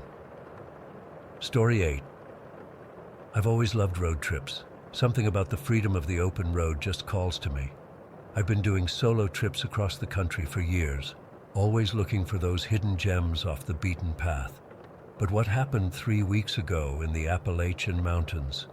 I still can't make sense of it. I'm writing this all down while it's fresh in my mind, because I need someone else to know what's out there. It was supposed to be a routine drive through the mountains. I had my trusty Subaru packed with camping gear, snacks, and my old paper maps. I've always preferred them to GPS, especially in the mountains where service gets spotty. The weather was perfect. Clear skies, around 65 degrees, just crisp enough to keep the windows down. I was about 4 hours into my drive when I noticed a small unmarked turnoff that wasn't on any of my maps. Just a narrow paved road cutting between two large rock formations. Something about it caught my attention, maybe because I thought I knew every road in this part of the Appalachians. My curiosity got the better of me, and I made the turn. The moment I turned onto that road, my radio cut out. Not static, just complete silence. I tried scanning through stations, but nothing came through. Not unusual in the mountains, so I didn't think much of it at first. But then I noticed how the air felt different, heavier somehow. The trees seemed to lean inward over the road, creating this tunnel effect that made me feel like I was being swallowed. After about 20 minutes of driving, I saw a weathered wooden sign. Ashford Valley, Pop 187. The paint was faded and peeling, and the sign looked like it hadn't been maintained in decades. That should have been my first real warning, but instead, I felt this weird excitement. A town that wasn't on my maps? This was exactly the kind of discovery I lived for.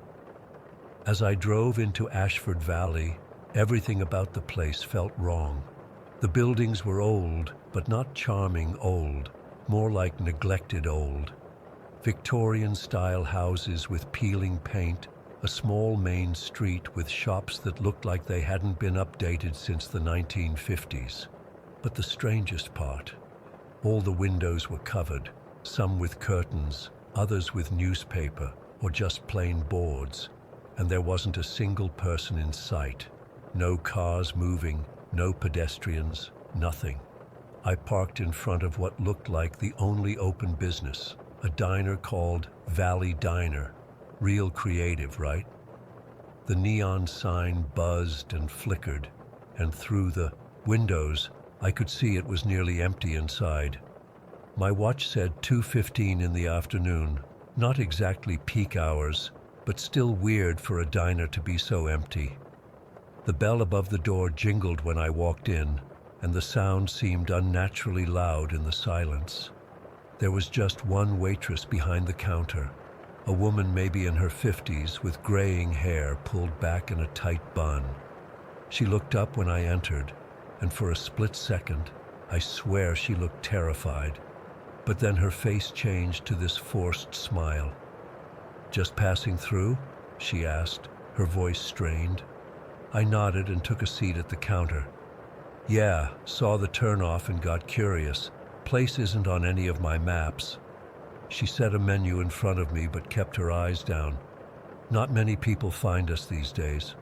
What can I get you?" I ordered coffee and a sandwich, more to have a reason to stay and ask questions than because I was hungry. The diner itself was like a time capsule. Red vinyl booths, black and white checkered floor, the works. But everything was just slightly wrong. Water stains on the ceiling, cracks in the counter, lights that flickered too much. "So, quiet town," I said, trying to make conversation. The waitress, her name tag said Beth, glanced toward the windows before answering. "Most folks stay indoors during the day. It's just how we do things here." "That's unusual. Any particular reason?" Her hands trembled slightly as she poured my coffee. "You should be on your way before sundown. The road out of town can be tricky in the dark." Now I was really intrigued. "Actually, I was thinking of staying the night. Is there a motel or something?" Beth's face went pale. "There's Agnes's place, the Ashford Inn, down at the end of Main Street." but I wouldn't recommend staying." "Why not?" She leaned in close, her voice dropping to a whisper. "People who stay in Ashford Valley, sometimes they don't leave, especially outsiders." I thought she was exaggerating, trying to scare the tourist, for kicks. Small towns have their own weird sense of humor sometimes. "I'll take my chances," I said with a smile. "I've stayed in some pretty strange places before." Beth just shook her head and went to get my sandwich. When she brought it back, she slid a napkin under my plate. I noticed she'd written something on it: "Leave before dark." Now, any normal person would have taken the warning and gotten the hell out. But I've never claimed to be normal, and my curiosity was fully hooked now. I finished my meal, left a generous tip, and headed out to explore the town. Main Street was only about 5 blocks long, with buildings that looked like they belonged in a black and white photograph. Every business I passed was either closed or abandoned: a hardware store with dusty windows, a barber shop with faded photos, a small grocery with empty shelves visible through the glass, and still no people. I tried taking pictures with my phone, but every shot came out blurry or too dark. And I noticed I had no signal, not even one bar. Again, not unusual in the mountains, but combined with everything else, it was starting to feel unsettling. The Ashford Inn stood at the end of the street, a 3-story Victorian with a wide front porch and gingerbread trim. Unlike the other buildings, it looked maintained, though still old. The front door was open, and a small vacancy sign hung in the window. When I walked in, a small bell rang, and an elderly woman appeared from a back room. She had silver hair pulled into a bun and wore a high-necked dress that looked like it belonged in another century. Her face was deeply lined, but her eyes were sharp and alert. "You must be the visitor Beth called about," she said. Her voice was surprisingly strong for someone who looked so fragile. "I'm Agnes, the innkeeper." "Liam," I replied, extending my hand. She hesitated before shaking it, and her skin felt cool and papery. "Beth called you?" Agnes nodded. "We don't get many visitors. Word travels fast here." The lobby was dimly lit with antique furniture that looked original to the house. A grandfather clock in the corner wasn't running, frozen at 8:17. "I'd like a room for the night," I said, pulling out my wallet. Agnes studied me for a long moment. "Are you sure you wouldn't rather continue your journey? There's still time to make it to Riverdale before dark. They have a nice modern hotel there." "I'm intrigued by your town," I admitted. "I've never seen anything quite like it." She sighed deeply. "Very well, but please, for your own safety, stay in your room after sunset. Do not open your windows, no matter what you hear, and ignore any knocking at your door unless it's me." I wanted to laugh, but her expression was deadly serious. I paid in cash, she wouldn't take a card, and she led me upstairs to a room at the end of the hallway. The room was clean but old-fashioned. 4-poster bed, heavy curtains, a basin and pitcher on the dresser, along with an actual key for the door. "Dinner is at 6 sharp," Agnes said. "Don't be late. After that, I won't be able to help you until morning." After she left, I sat on the edge of the bed, trying to process the weirdness of this town. Part of me was convinced this was some kind of tourist gimmick, a haunted town experience they put on for the rare traveler who stumbled upon them. But another part was genuinely uneasy. Why were there no people? Why all the warnings? I decided to ignore Agnes's advice and explore more. I still had several hours until sunset, and I wanted to see what was beyond the main street. Behind the row of buildings was a residential area, maybe 20 houses in various states of disrepair, and beyond that, dense woods that seemed to press in on the town from all sides. Something drew me toward those woods. As I walked closer, I noticed a narrow path leading in among the trees. Without really thinking about it, I followed the path. The forest was unnaturally quiet. No birds, no insects, just the sound of my own footsteps. The trees grew thicker the further I went, blocking out more and more sunlight. About 15 minutes in, I came across a small cabin. It looked abandoned, with a partially collapsed roof and a door hanging off its hinges. Normally, I wouldn't enter such an unstable structure, but something compelled me to go inside. The interior was a single room with rotting furniture and debris scattered across the floor. But what caught my attention were the photographs, dozens of them nailed to every wall. They were old, yellowed, showing people from different eras. Some looked like they were from the early 1900s, others more recent. As I moved closer to examine them, I felt a chill run down my spine. In every photo, the eyes seemed wrong, too intense, too aware, and I couldn't shake the feeling that they were following me as I moved around the room. In the center of the cabin was a small table with a leather-bound journal. I picked it up and flipped it open. Most pages were filled with frantic, barely legible writing. Random phrases jumped out. "They're in the trees. Do not answer the whispers. They take your face for the pictures." As I read, I became aware of a sound, so faint I wasn't sure if I was imagining it. Whispers coming from just outside the cabin. Multiple voices, too quiet to make out words, but growing louder. I dropped the journal and turned to leave, but something on the floor caught my eye. A trap door, partially hidden under a ragged rug. The whispers seemed to be coming from below. Against every instinct screaming at me to run, I knelt down and pulled on the iron ring. The trap door opened to reveal a ladder descending into darkness. The whispers immediately grew louder, and now I could make out words. "Help us. Come down. We're waiting." I don't know what possessed me to climb down that ladder. It was like I wasn't fully in control of my own actions. The basement was pitch black, and I had to use my phone's flashlight to see. The space was small and stone-walled, with a dirt floor, and it was empty except for a small silver locket hanging from a nail in the center of the room. When I approached the locket, the whispers became a chorus, dozens of voices speaking at once, begging me to open it. My hands shaking, I took the locket and clicked it open. Inside was a small photograph of a young girl, maybe 8 years old, with solemn eyes and a serious expression. The moment I looked at her face, the whispers crescendoed to a deafening level, and I felt hands grabbing at my clothes, my hair, my skin. But there was nothing there. I dropped the locket and scrambled for the ladder, my only thought to get out. But as I reached the top, the trapdoor slammed shut above me.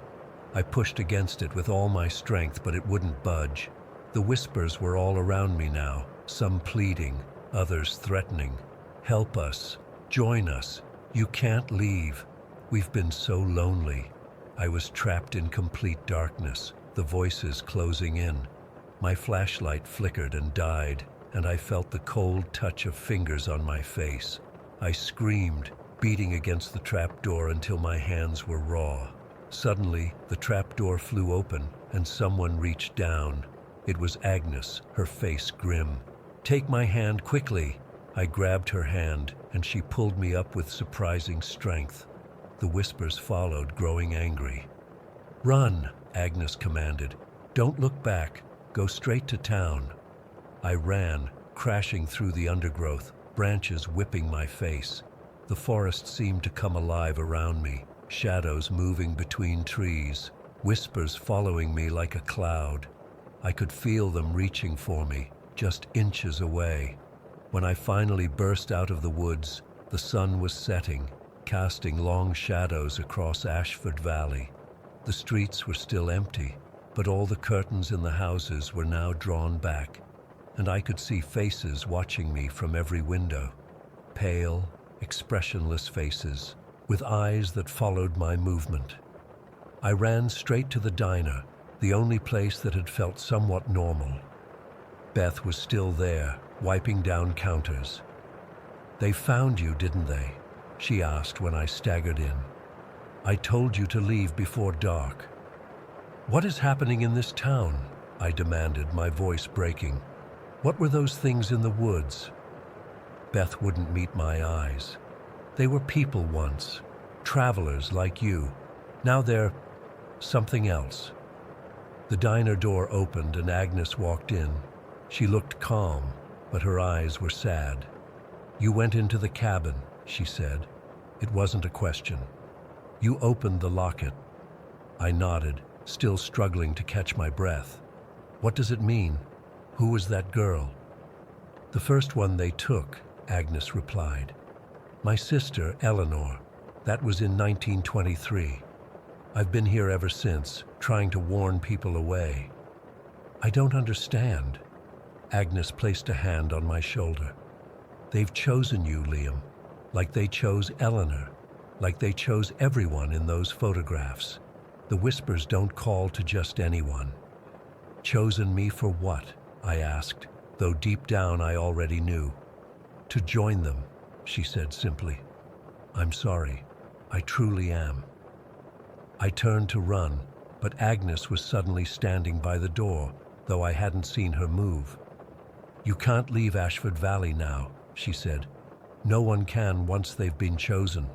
You can try, but the road will always bring you back here." I pushed past her and ran outside. The sun had set completely now, and the street was bathed in moonlight. Every building was dark except for the faces watching from the windows. Dozens of them, all with the same hollow eyes I'd seen in the photographs. I sprinted to my car and jumped in, hands shaking so badly I could barely get the key in the ignition. The engine started, and I floored it, tires squealing as I raced toward the road out of town. But something strange happened as I reached the edge of Ashford Valley.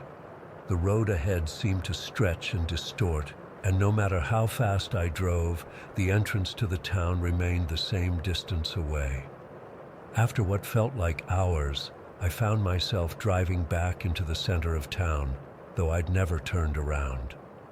Agnes was standing in the middle of the street, waiting. As I got out of the car, defeated, she simply nodded. "The Whispers are calling to you," she said. "Soon you'll want to answer." And she was right. Even now, as I write this from my room at the Ashford Inn, I can hear them, soft, persistent, promising an end to loneliness and fear if I just join them in the woods. They're getting harder to resist. If you're reading this and you ever find an unmarked turnoff in the Appalachian Mountains, keep driving. Don't let curiosity lead you to Ashford Valley, because I think I'm going to the woods tonight, and tomorrow my face will be in one of those photographs, watching for the next traveler who strays from the main road. The Whispers are so loud now, they're calling my name. Story 9. I still get cold sweats thinking about what happened to me last month. I've barely told anyone about it because I'm afraid they'll think I'm crazy or making it up. But I need to get this off my chest, and maybe someone here has experienced something similar. I travel for work pretty regularly between San Antonio and Austin. Usually I stick to I-35, but that night there was construction that had traffic backed up for miles according to my GPS. I was already exhausted from a 3-day conference, and all I wanted was to get home to my own bed. When the app suggested Highway 46 as an alternative route, I didn't think twice about it. It looked like it would save me at least 45 minutes, and at 1 in the morning, that's all I cared about. I remember checking my gas, half tank, plenty to get home. and grabbing a Red Bull from the convenience store before heading out.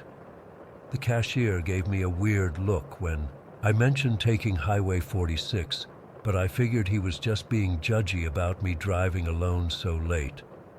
The first few minutes on 46 were fine. The road was darker than I expected, hardly any streetlights, just my headlights cutting through the darkness. There weren't many other cars, which made sense given the time, but it was nice not having to deal with traffic. I had my music playing, trying to stay alert. About 30 minutes in, everything changed. The trees on either side of the highway seemed to close in, getting thicker and taller. I'd never taken this route before, but something felt wrong. The woods were unnaturally dark, like they were swallowing up the moonlight instead of reflecting it. And speaking of the moon, it was full that night, casting these bizarre, elongated shadows across the road that seemed to move in ways that didn't match the trees making them. Then the fog rolled in. And when I say rolled in, I mean it appeared out of nowhere. One second the road was clear, the next I was driving through what looked like dense smoke. It wasn't normal fog either. It hung in patches, thick in some spots and completely clear in others. I had to slow down to about 30 miles per hour because I could barely see 10 feet in front of me. I checked my phone to make sure I was still on the right road, but I had no signal. Great. I also realized I hadn't passed another car in at least 20 minutes. Not a single one in either direction.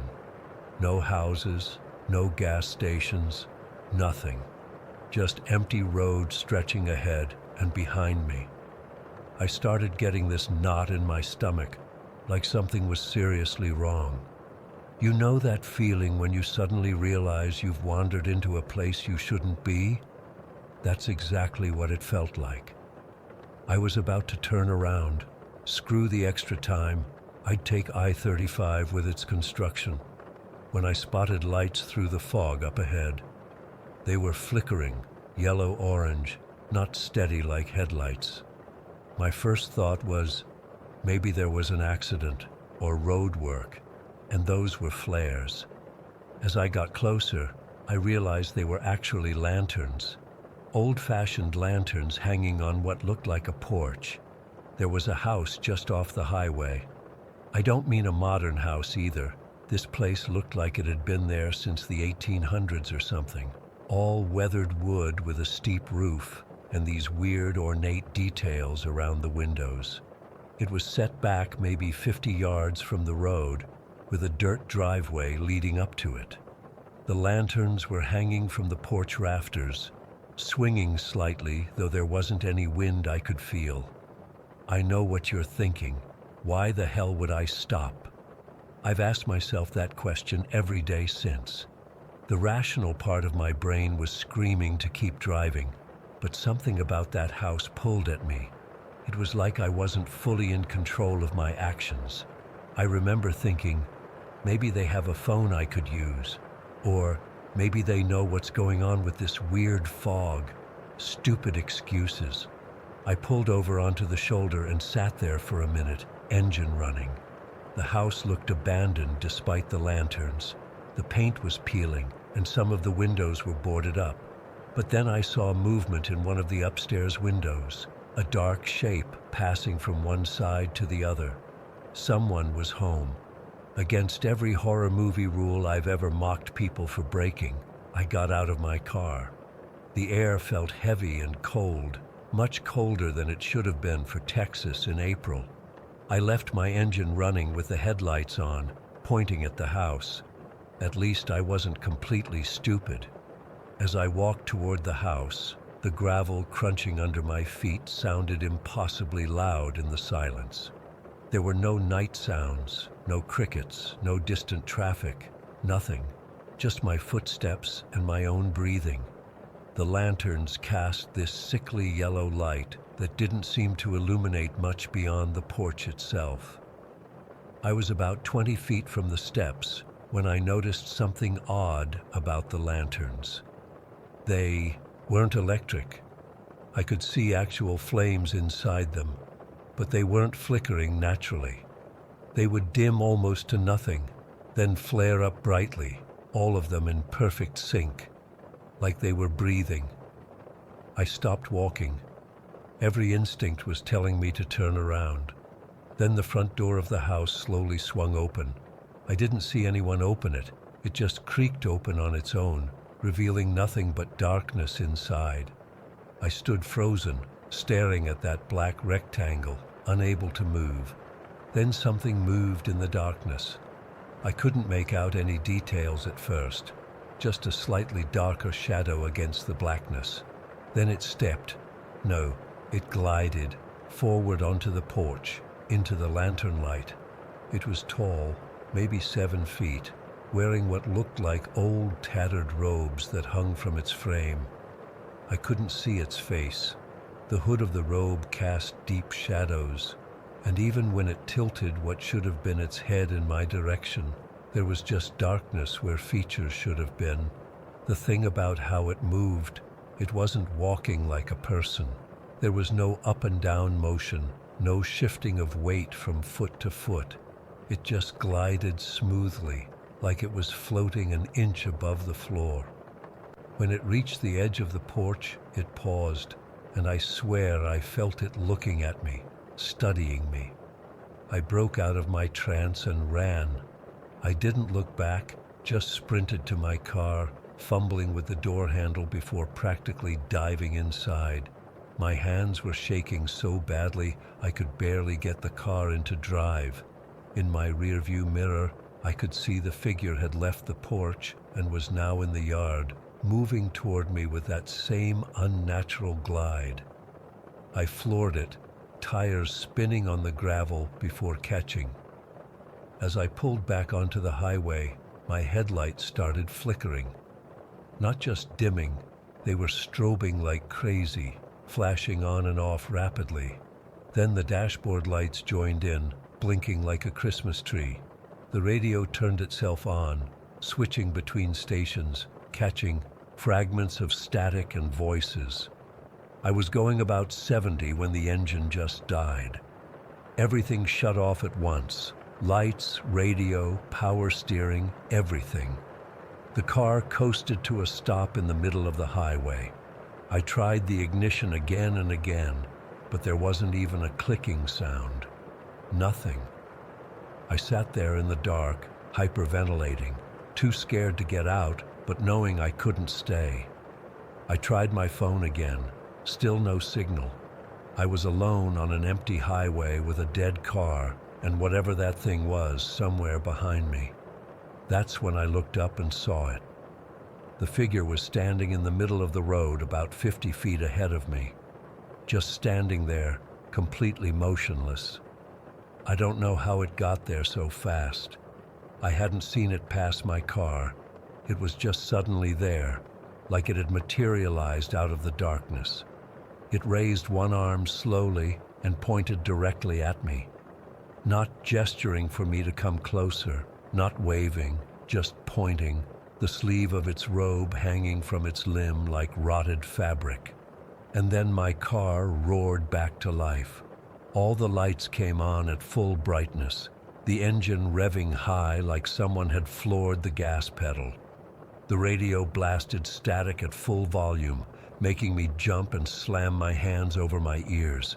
When I looked back up, the figure was gone, just gone. Not running away, not fading into the darkness.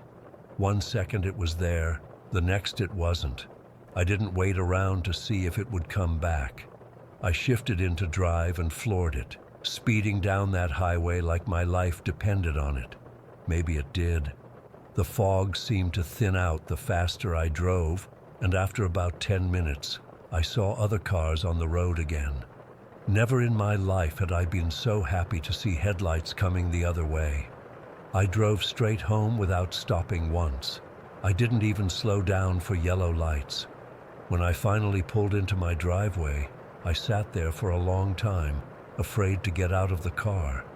It was like part of me expected to see that figure standing in my front yard, pointing at me again. I've tried researching Highway 46 since then. I found a few vague mentions of strange experiences, people talking about lost time, unusual fog, or feeling like they were being watched, but nothing like what I saw. I've checked maps to try to find that house, but I can't pinpoint where it was. Sometimes I wonder if I hallucinated the whole thing from exhaustion, but I know what I saw. I've taken I-35 every time since then, no matter how bad the traffic is. Nothing could make me drive Highway 46 again, especially at night. Sometimes when I'm alone in my house and the lights flicker, even just from normal power fluctuations, I freeze up. Part of me is always waiting to look out the window and see that figure standing there watching me. I still don't know what it was. A ghost? Something else entirely? All I know is that it was aware of me, and somehow it had power over my car, and maybe over me too, to make me stop in the first place. Whatever force drew me to that house wasn't natural, the strangest part. The next morning, I found dirt on my passenger seat, the same reddish-brown color as the soil from the driveway leading to that house. I know I never opened the passenger door. I never got out of the driver's seat after I ran back to the car. So how did that dirt get there? I'm not asking anyone to believe me. I'm not sure I'd believe it myself if someone told me this story. But I know what happened that night on Highway 46, and I know I'll never take that road again. Some shortcuts aren't worth taking. Story 10. I've never told anyone the full story of what happened to me on that stretch of New Mexico highway. I've tried to forget it, but 6 months later, I still wake up in cold sweats thinking about that night. I'm not some creative writer or storyteller. I'm just a truck driver with 23 years of experience hauling freight across the country. What I saw that night in December doesn't make any logical sense, but I know what I experienced. I was doing my regular California to Texas route, a drive I've done hundreds of times. Nothing special about it, just me, my rig, and the open road. The company I work for has me hauling computer parts, usually time-sensitive deliveries that need to get to distribution centers on schedule. I prefer the night runs because there's less traffic, and I've always found something peaceful about driving through the desert at night. That night, I left Barstow around 4 in the afternoon.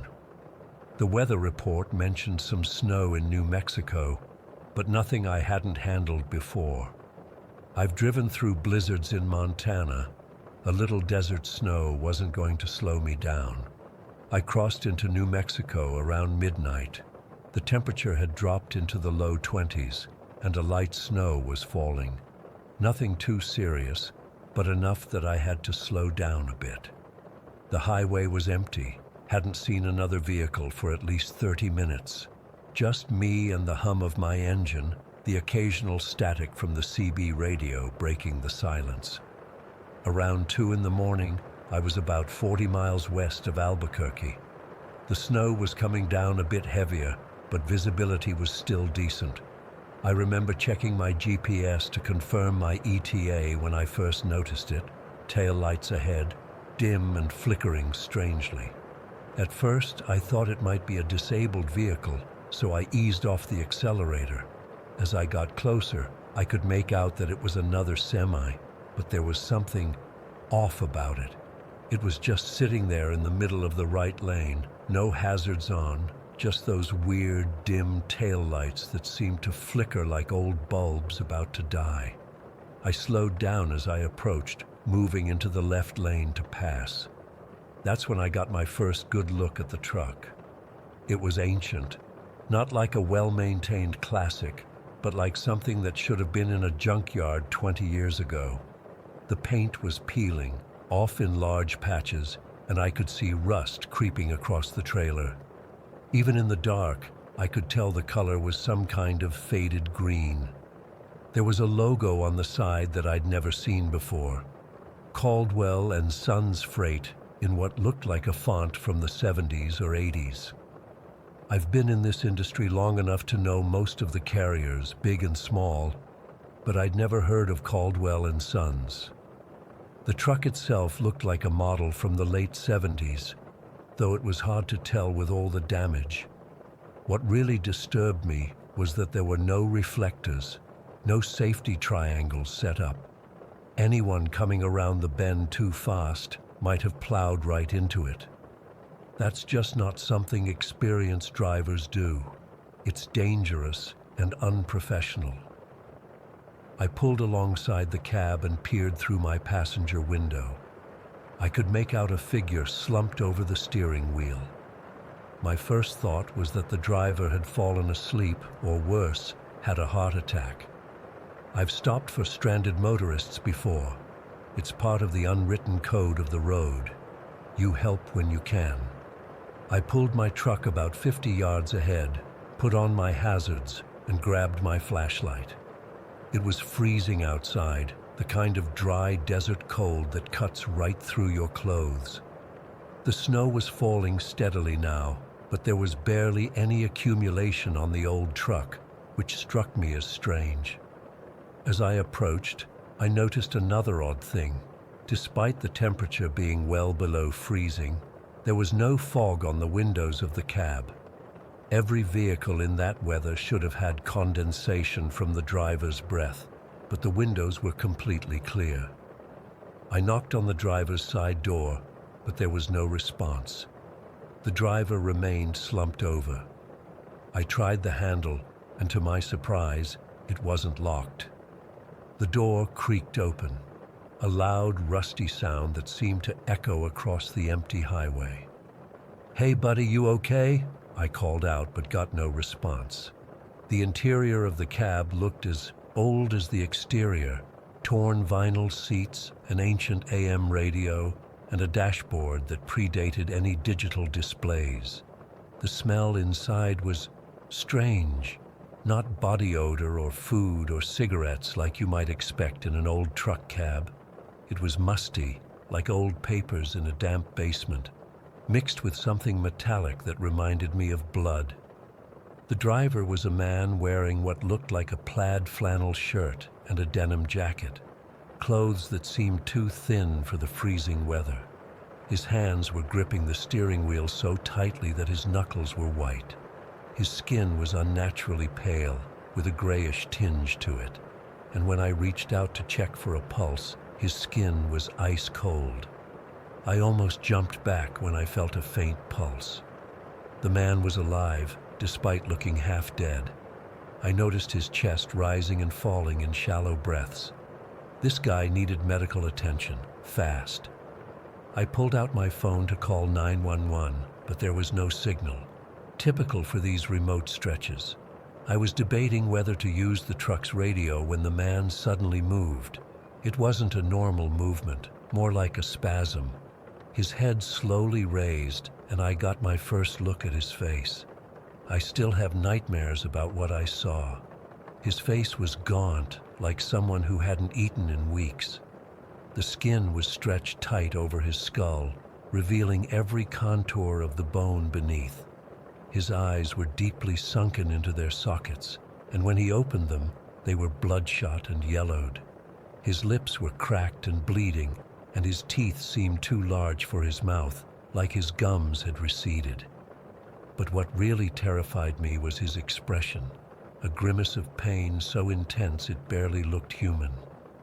When his eyes focused on me, they widened in what looked like a mixture of surprise and desperation. "Help me," he whispered, his voice dry and cracking like old leather. "Been driving so long." Before I could respond, he slumped forward again, his forehead hitting the steering wheel with a dull thud. I stood there, frozen, unsure what to do. This man needed medical help, but something about the situation felt deeply wrong. In my 23 years on the road, I'd never encountered anything like this. That's when I noticed headlights in the side mirror of his truck. They were approaching fast, too fast for the snowy conditions. The vehicle was coming up behind us in the right lane, heading straight for the parked truck. I jumped back from the cab, waving my flashlight frantically to warn the oncoming driver. The headlights grew brighter, illuminating the falling snow, but the vehicle wasn't slowing down. At the last possible second, the vehicle, another semi-truck I realized, swerved into the left lane. As it passed, I caught a glimpse of the trailer.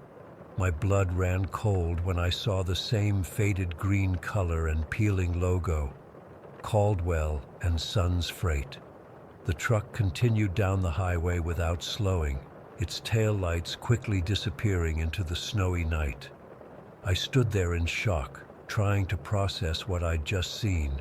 Two identical ancient trucks, same company, same condition. I turned back to check on the driver in the cab, but what I saw made no sense. The truck was empty. Not just empty of the driver, it was completely abandoned. The seat was covered in a thick layer of dust, and there were cobwebs in the corners of the windshield. It looked like no one had been inside for years. My hands were shaking as I stumbled back to my own truck. I kept looking over my shoulder, half expecting to see the driver following me. But the highway remained empty, except for the abandoned truck and the steadily falling snow. I climbed into my cab, locked the doors, and sat there, trying to calm down. My mind was racing, trying to find some rational explanation for what I'd just experienced. Maybe the driver had somehow climbed out the passenger side without me noticing. But that didn't explain the dust and cobwebs that couldn't have formed in the minute I'd looked away. I decided to get the hell out of there. I started my engine, pulled back onto the highway, and drove past the abandoned truck, keeping my eyes straight ahead. I didn't want to see if anything else had changed about it. About 5 miles down the road, I finally got cell service and called the state police to report an abandoned vehicle on the highway. I didn't mention the driver or the second truck, just said there was a hazard on the road that needed to be removed. The dispatcher took the information and thanked me.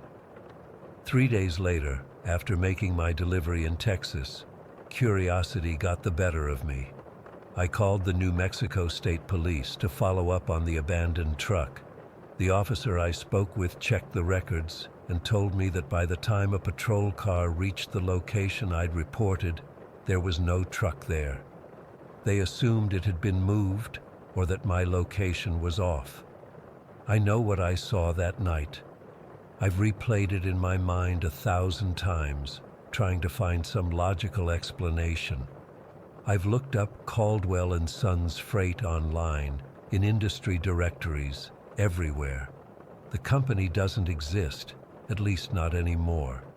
The only thing I found was a small news article from 1983 about a trucking company called Caldwell and Sons that went out of business after one of their drivers disappeared on a route through New Mexico. The driver was never found. I still drive that route for my job, but never at night anymore. I've requested day runs only. Sometimes when I pass that stretch of highway, I feel a chill that has nothing to do with the temperature.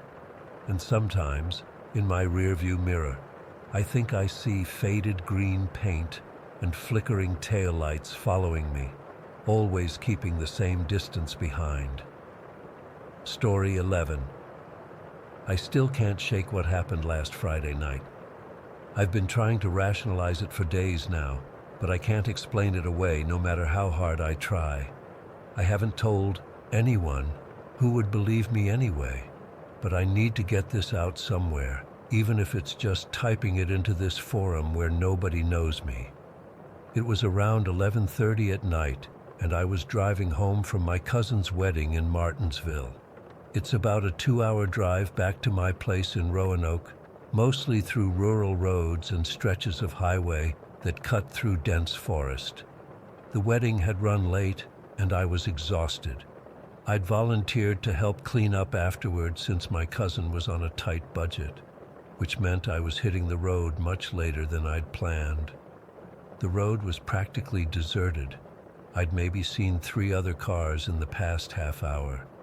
My headlights were cutting through this thick fog that had settled in the low areas, and the radio kept cutting out to static every few miles. I remember being annoyed because I was using the music to stay alert. I was about 40 minutes from home when I saw him. There was this bend in the road that opens up to a long straightaway, and my headlights swept across this figure standing on the shoulder. It was a man, tall and thin, wearing what looked like a dark overcoat that hung loosely on his frame. He had his thumb out, hitchhiking. Something in my gut immediately told me to keep driving. I've never picked up hitchhikers before. My dad drilled that into me since I was old enough to drive. "Emily," he'd say, "you never know who you're letting into your car." I always listened, but that night was different. As I passed him, I caught a glimpse of his face in my headlights. He looked desperate, lost. I can't explain why, but I felt this overwhelming urge to help him. Maybe it was the wedding making me emotional, or maybe I was just too tired to think straight. Before I could process what I was doing, I was already hitting the brakes and pulling over about 20 yards ahead of him. I watched in my rearview mirror as he walked toward my car. His gait was stiff, almost mechanical. Even through the foggy mirror, I could see he was much thinner than I'd initially thought. His coat seemed to hang on him like it was 2 sizes too big. I unlocked the doors and he opened the passenger side. The interior light flickered as he got in. I remember thinking I needed to get that fixed. "Thank you," he said, his voice barely audible, like someone who hadn't spoken in days. It was raspy and dry, like sandpaper on metal. Up close, his appearance was even more unsettling. His face was gaunt, his cheeks hollow, and his skin had this grayish pallor to it. But it was his eyes that really got to me. They were empty somehow. Deep set and unblinking, they stared straight ahead through the windshield. They didn't look right in the dim light of my car, too dark, too hollow. "No problem," I said, trying to sound casual while fighting the growing unease in my stomach. "Where are you headed?" He didn't answer right away, and I pulled back onto the road. The silence in the car was suffocating. The radio had completely died now, not even static coming through. "Cold tonight," I said, just to break the silence. He didn't respond or even acknowledge that I'd spoken. He just kept staring ahead, completely motionless except for his hands, which were folded in his lap.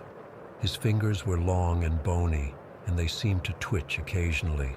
We drove like that for about 10 minutes, just silence and the sound of my tires on the asphalt.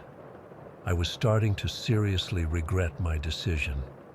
My exit was coming up in about 15 miles, and I was contemplating what excuse I could make to drop him off before then. Finally, I couldn't take it anymore. "I need to know where you're going," I said, trying to keep my voice steady. "My exit's coming up soon." He slowly turned his head toward me. The movement was unnatural, like each vertebra in his neck rotated one at a time. "I'm going home," he whispered in that cold, raspy voice. A chill ran down my spine. Something about the way he said it made my skin crawl. "Where's home?" I asked, my voice cracking slightly. Instead of answering, he reached into his coat pocket. My heart nearly stopped. What if he had a weapon? I gripped the steering wheel tighter, ready to slam on the brakes if I needed to, but he pulled out a folded piece of paper. It was yellowed and crumpled like it had been handled countless times. He held it out to me without looking at it. Hesitantly, I took it with one hand, keeping my eyes on the road. At the next stretch of highway with streetlights, I glanced down to unfold it. It was an obituary clipping from a newspaper. The moment I realized what I was looking at, my blood turned to ice. There was a photo, grainy and faded. but unmistakably of the man sitting next to me. The name read Thomas Mercer, and the obituary stated he had died in a car accident on Highway 220. The date on the clipping was exactly 10 years ago to the day. My hands started shaking so badly I nearly drove off the road. I looked over at the passenger seat, the paper still clutched in my trembling fingers. The seat was empty. I slammed on the brakes, my car skidding to a halt on the empty highway. The obituary was still in my hand. This wasn't my imagination. I threw on the interior lights and looked around frantically. The passenger door was still closed and locked. There was no way he could have jumped out while we were moving. "Hello?" I called out, my voice shrill with panic. "Where did you go?"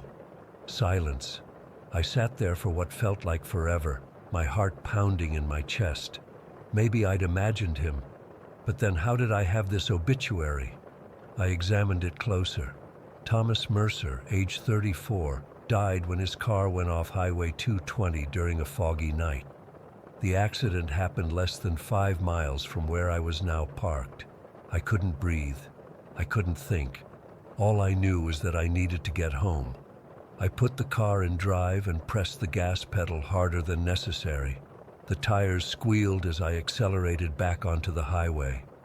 I kept checking my mirrors and the empty passenger seat, half expecting him to reappear.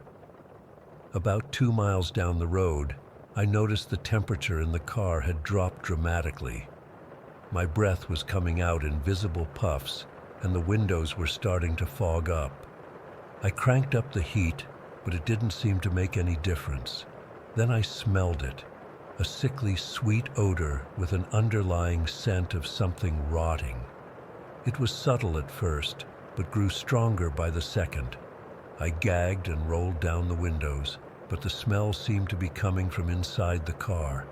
That's when I felt it, a presence.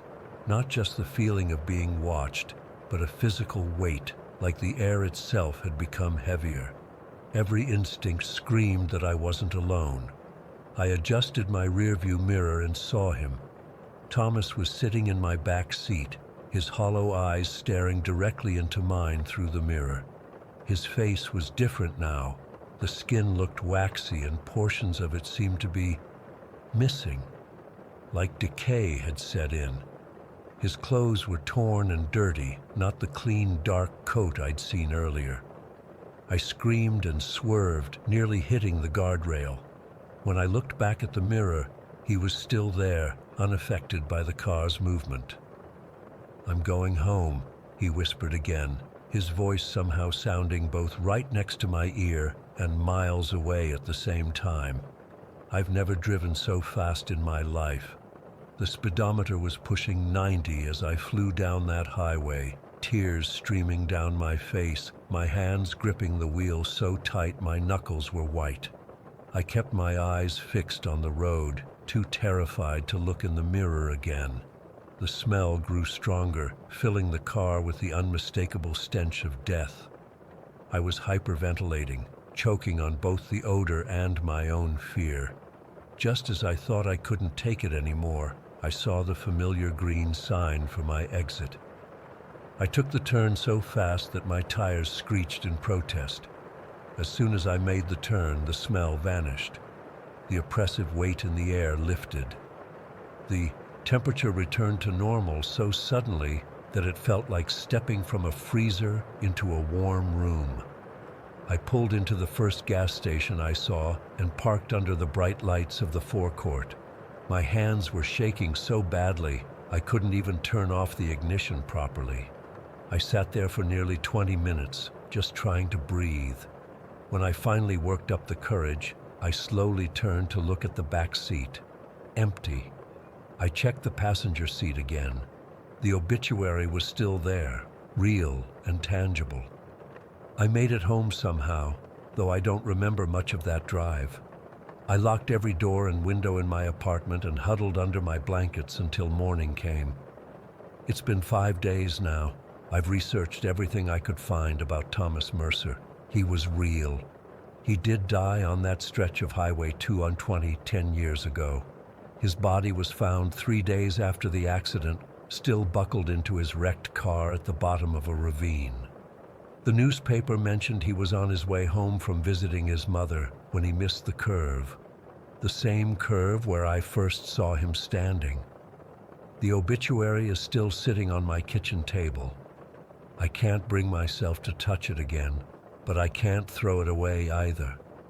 Sometimes when I walk past it, it seems to have moved slightly, though I know that's impossible. I've called in sick to work all week. I can't sleep.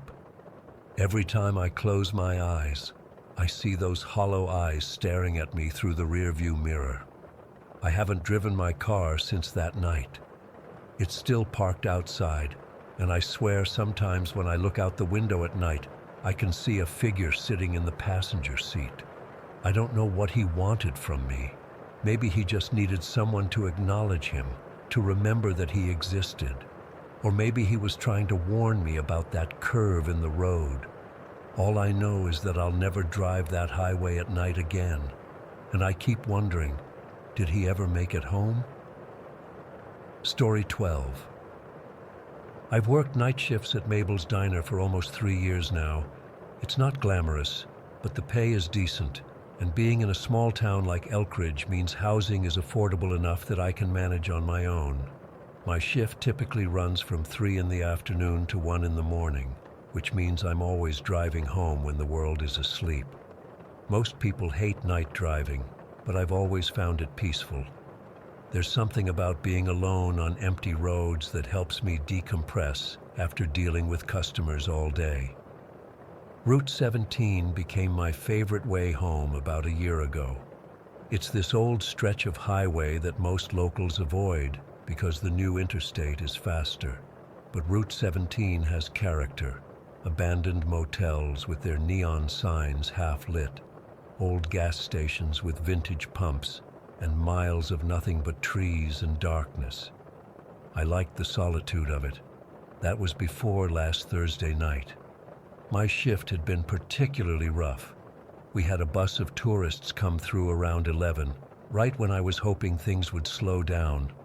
By the time I clocked out at 1:15 in the morning, my feet were throbbing, and I had a headache from a customer who'd spent 20 minutes complaining about his eggs. I just wanted to get home, take a hot shower, and collapse into bed. I remember checking my gas gauge before turning onto Route 17. 3/4 full, plenty to get me home. The night was unusually dark, no moon at all, just stars scattered across the sky like someone had flicked paint across black canvas. I rolled down my windows slightly to let the cool October air wash over me. My car's headlights cut through the darkness, illuminating the faded yellow line down the center of the road, and not much else. About 10 minutes into my drive, I started feeling different. The air inside my car seemed to change. It felt heavier somehow, like the atmosphere was pressing down on my skin. I turned up the radio to distract myself, but the music suddenly felt intrusive, so I switched it back off. The silence was better, or at least it was at first. I remember glancing at my dashboard clock when I approached mile marker 43. It was 1:37 in the morning. I only remember because that's when I saw him. There was a man standing on the right side of the road. Not walking, not hitchhiking, just standing completely still, facing the road. He wore what looked like a long, dark coat, but it was tattered around the edges like it had been through hell. I couldn't see his face clearly as I approached. It was hidden in shadow, but I remember thinking it was weird for anyone to be out there at this hour. Route 17 doesn't have sidewalks or shoulders. It's just asphalt that gives way to ditches and trees. As I passed him, going maybe 50 miles per hour, he turned his head to look at me. Our eyes met through my passenger window, and I felt this, God, I don't even know how to describe it. It was like ice water being injected directly into my veins. His eyes didn't look right. They reflected my headlights in a way human eyes shouldn't. Too bright, too aware. I pressed my foot down harder on the accelerator, pushing my old Honda up to 65. My hands were suddenly sweaty on the steering wheel. I drove another few miles, trying to rationalize what I'd seen. Probably just some local weirdo, I told myself. Maybe someone whose car broke down. But why hadn't he been trying to flag down help? And why stand so still? I was so caught up in these thoughts that I almost hit her. There was a woman standing directly in the middle of my lane. I slammed on my brakes, the car skidding slightly as I came to a stop about 15 feet from her. My high beams illuminated her fully, and what I saw, Jesus, I still have nightmares about it. Her clothes were torn and dirty, hanging off her thin frame like they belonged to someone else. Her hair was a matted mess, clumped with what looked like mud or dirt. But it was her face that made me stop breathing for a moment. Her eyes were opened so wide they seemed to bulge from her face, and her mouth was frozen in what looked like a silent scream. She wasn't making a sound, just standing there, staring at me with those terrible eyes. I sat there for maybe 5 seconds, my knuckles white on the steering wheel, before I reached for my phone to call for help. When I looked back up, she was gone. Not like she'd walked away, she had simply vanished. I frantically checked my mirrors and looked around, but there was no sign of her anywhere. My hands were shaking so badly I could barely hold my phone. I tried to call 911, but I had no signal. Of course, Route 17 was notorious for dead zones. I put the car in drive and continued forward slowly, scanning the roadside for any sign of the woman. Had I imagined her? Was I more tired than I thought? I pinched my arm hard, leaving marks from my fingernails. I was definitely awake. That's when the fog started rolling in. It wasn't normal fog. It came too quickly, too deliberately. 1 minute the road was clear, and the next it was like driving through a thick white wall. My headlights barely penetrated 10 feet ahead. I slowed to 20 miles per hour, leaning forward in my seat as if those few extra inches would help me see better. The silence in the car was oppressive now. I tried the radio again, but all I got was static. Not the usual kind that fades in and out as you search for a station, but a steady, unnerving hiss that seemed to have patterns in it if I listened too closely. I switched it off again quickly. Then I saw the lights. At first, I thought it was another car coming toward me through the fog, but these lights weren't steady. They were orbs, soft ball-sized spheres of pale blue light that seemed to dance around my car. They moved with purpose, circling and diving like curious animals.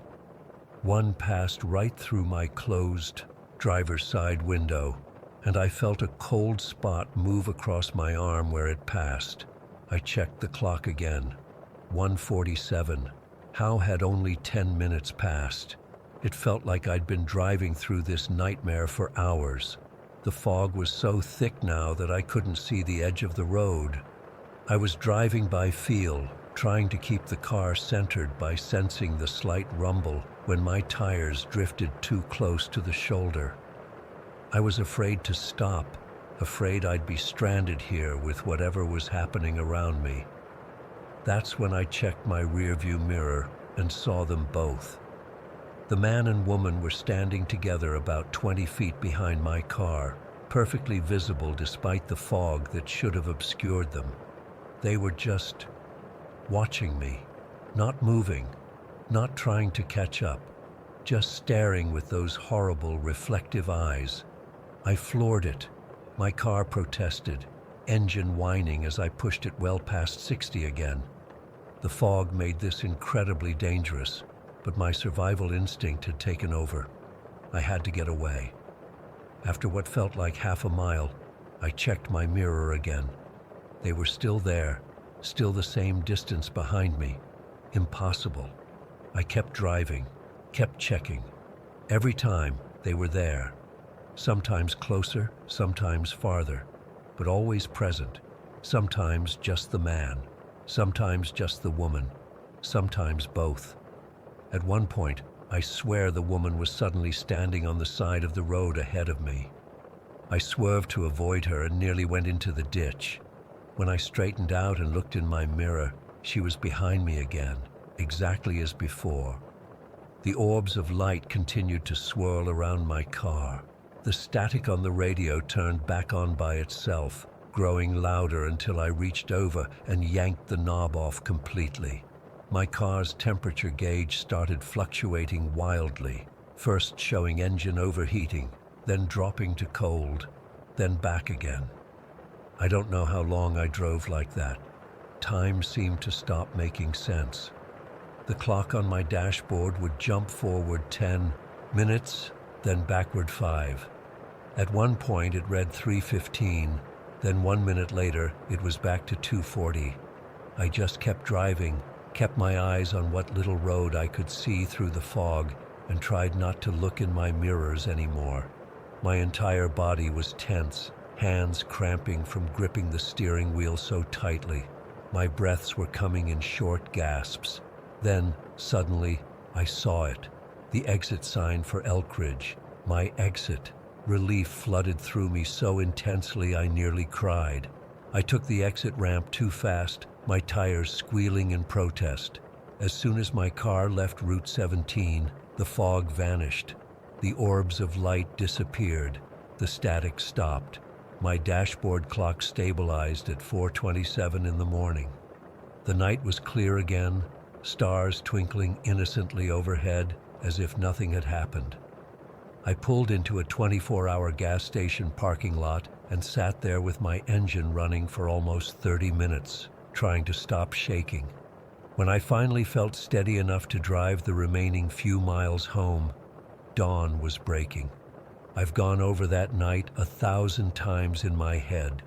I've looked up local history, searched for stories about Route 17, even asked some of the older locals if they've heard anything strange.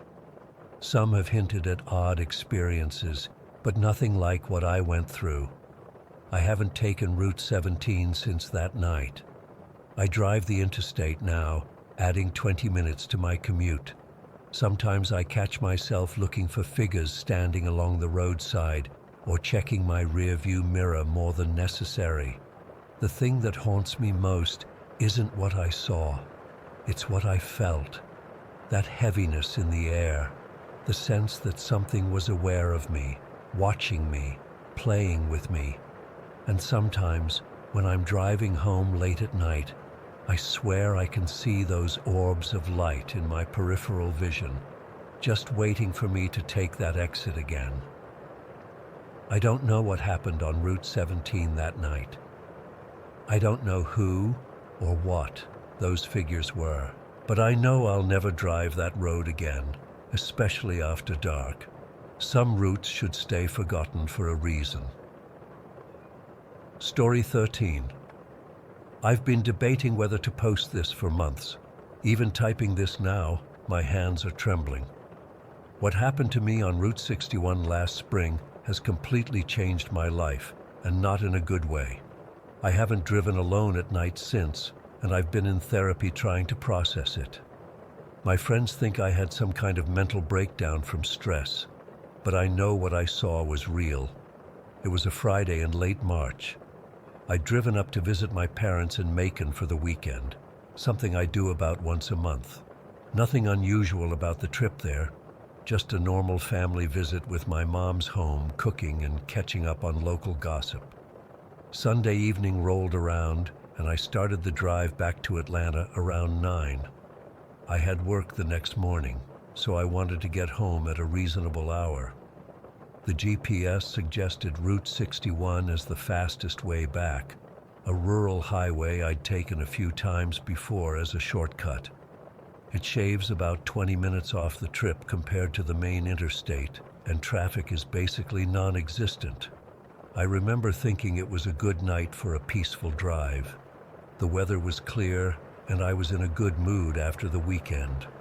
Around 11:30, I turned onto Route 61. The second I did, I felt this weird shift in the atmosphere. It's hard to explain, but everything just felt different. The road was pitch black except for my headlights. No streetlights, no houses, no other cars, just dense forest on both sides. I'd driven this route before, but it had never felt this isolated. I turned up the radio to break the silence, but within a few minutes, it started cutting out. Just static, no matter what station I tried. I figured it was just poor reception in the rural area, so I connected my phone to play some music instead. But then my phone started acting weird, too. The music would play for a few seconds, then cut out, then play again. That's when I noticed the time on my dashboard, 11:58. For some reason, watching those minutes tick over to midnight made my stomach knot up. I remember thinking, just another hour or so, and I'll be home. At exactly midnight, I saw him. There was a man standing on the shoulder of the road with his thumb out. A hitchhiker. He was facing away from me, just standing there rigidly with his arm extended. I only caught him in my headlights for a split second as I drove past, but something about him felt wrong. His clothes looked tattered and old-fashioned, like something from decades ago, and he was just too still, like someone had placed a mannequin by the roadside. I didn't stop, obviously. Who picks up hitchhikers on deserted roads at midnight? But as I drove past, I felt this intense chill run through my entire body, like someone had dumped ice water down my spine. About 5 minutes later, I saw another figure on the opposite side of the road, a woman this time. She had this wild, matted hair and was just standing there, staring directly at my car as I approached. She wasn't even signaling for a ride, she was just watching me. Her eyes reflected my headlights in this unnatural way, like an animal's.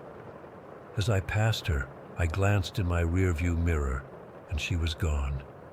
Just completely vanished. There was nowhere she could have gone that quickly, just dense woods behind her.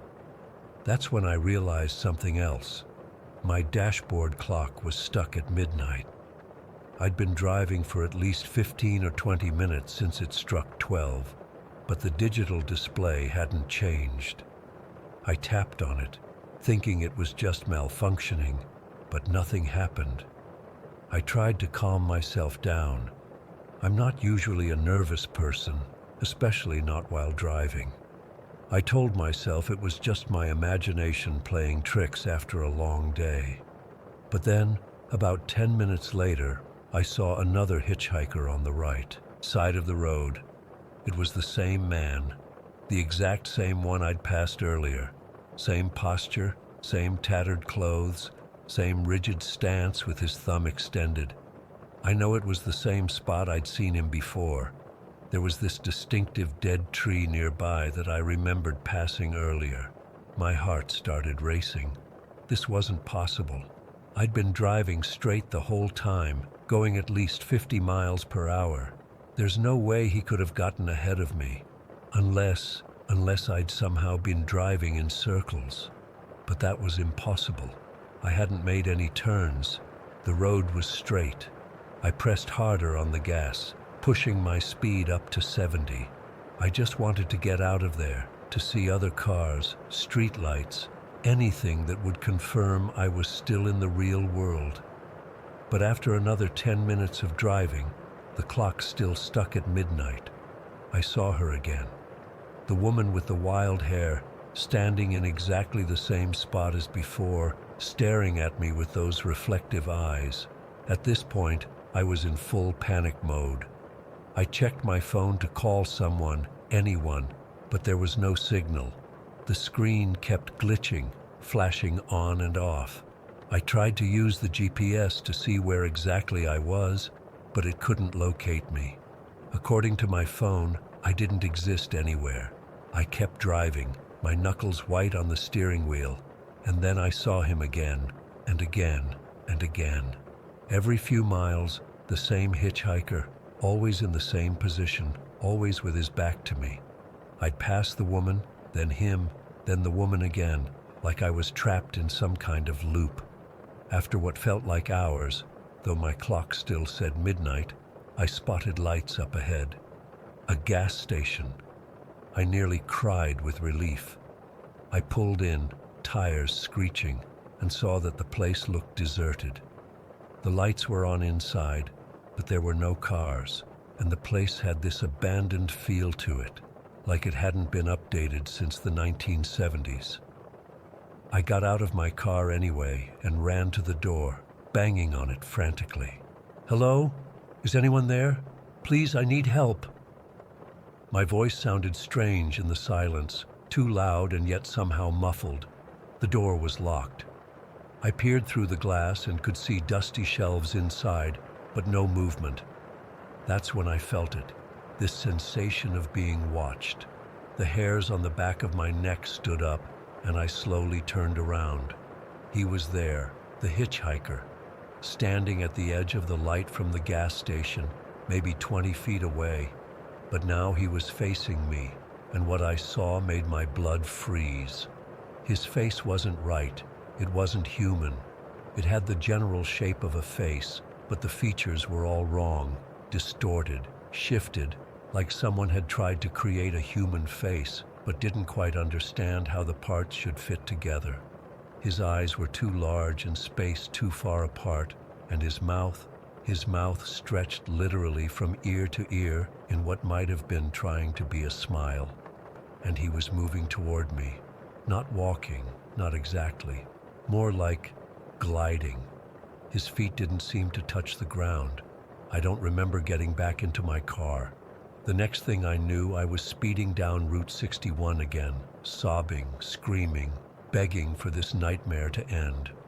I drove recklessly fast, not caring if I crashed at this point. Anything would be better than whatever was happening. Then suddenly the road changed. There were streetlights, other cars, signs for Atlanta. My radio came back on, mid-song, as if it had never stopped. My dashboard clock suddenly jumped from midnight to 2:17 in the morning. My phone started working again, showing me I was indeed approaching the city. I cried with relief. Whatever weird vortex I'd been trapped in, I was out now. I was almost home. I pulled into my apartment complex about 20 minutes later, exhausted and emotionally drained, but so grateful to be back in civilization. I parked in my usual spot and turned off the engine. As I was gathering my phone and purse, I glanced up at my rearview mirror, and that's when I saw him again, standing in the shadows of the parking lot, just at the edge of the reach of the security lights. The hitchhiker.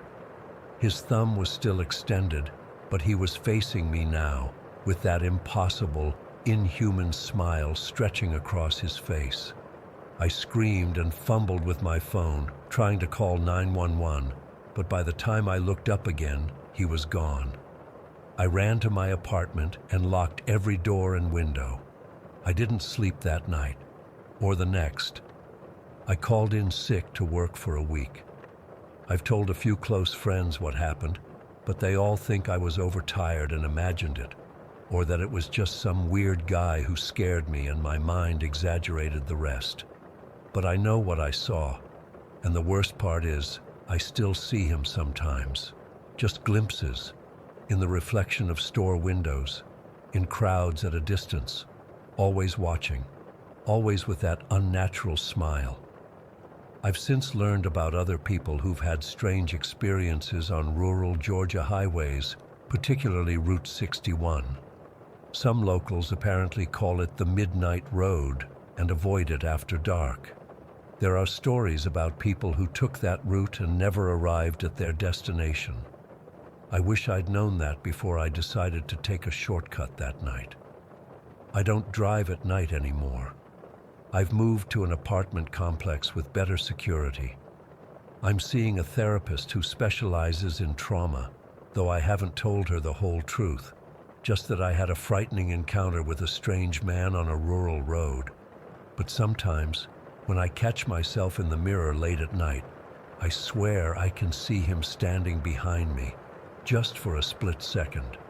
And every night, when the clock strikes midnight, I feel him watching me, waiting for me to come back to Route 61.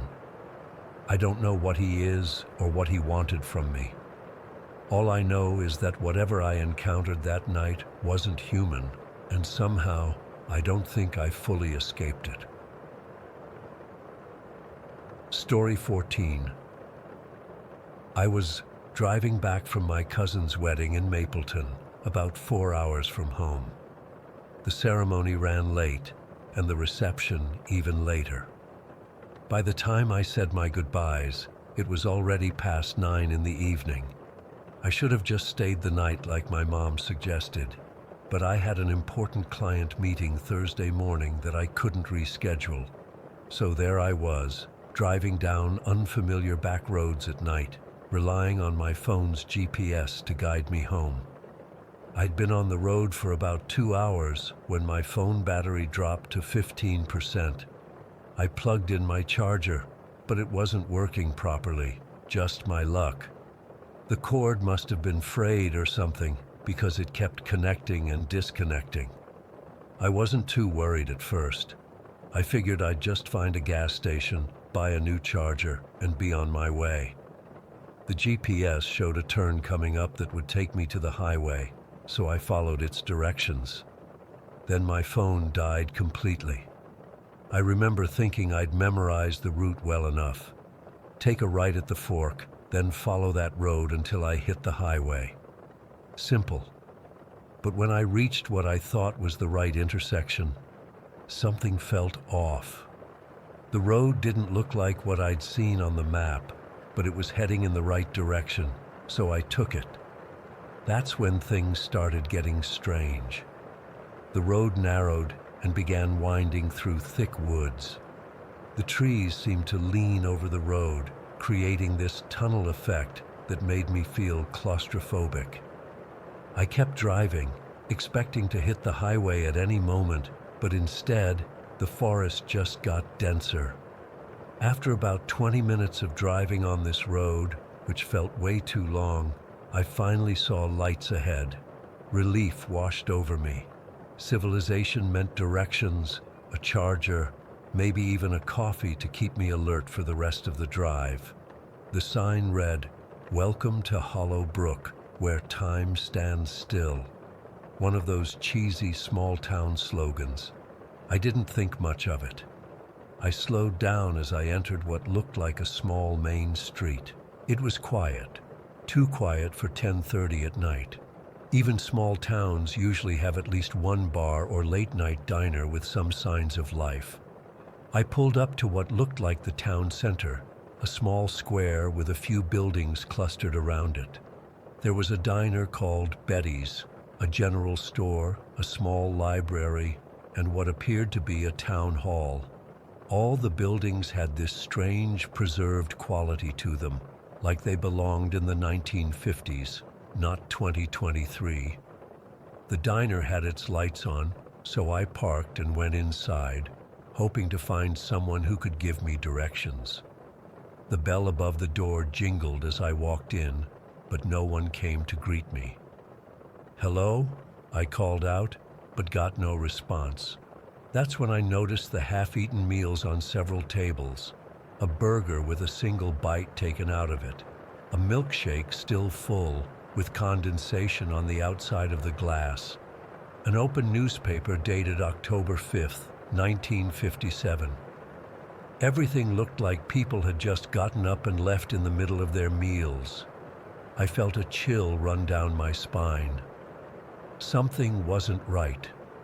I walked behind the counter, thinking maybe someone was in the back, but the kitchen was empty too. A pot of coffee was still warm on the burner. The cash register was open, with money still in it. I stepped back outside, feeling increasingly uneasy. The street was completely empty. No cars moving, no people walking. The only sound was the soft buzz of the streetlights and a distant wind chime. I tried to tell myself there was a logical explanation. Maybe there was a town meeting or some event that everyone had gone to. I decided to check the general store next door. Maybe they'd have a phone I could use, or at least a charger I could buy. The store was also unlocked, lights on, but completely empty of people. Shelves were fully stocked with products that looked decades old, packaging styles I'd only seen in vintage advertisements or museums. My heart was pounding now. I walked back, outside, and shouted, "Hello? Is anyone here? I'm lost and need directions." My voice echoed down the empty street, but no one answered. I decided my best option was to get back in my car and leave this weird town.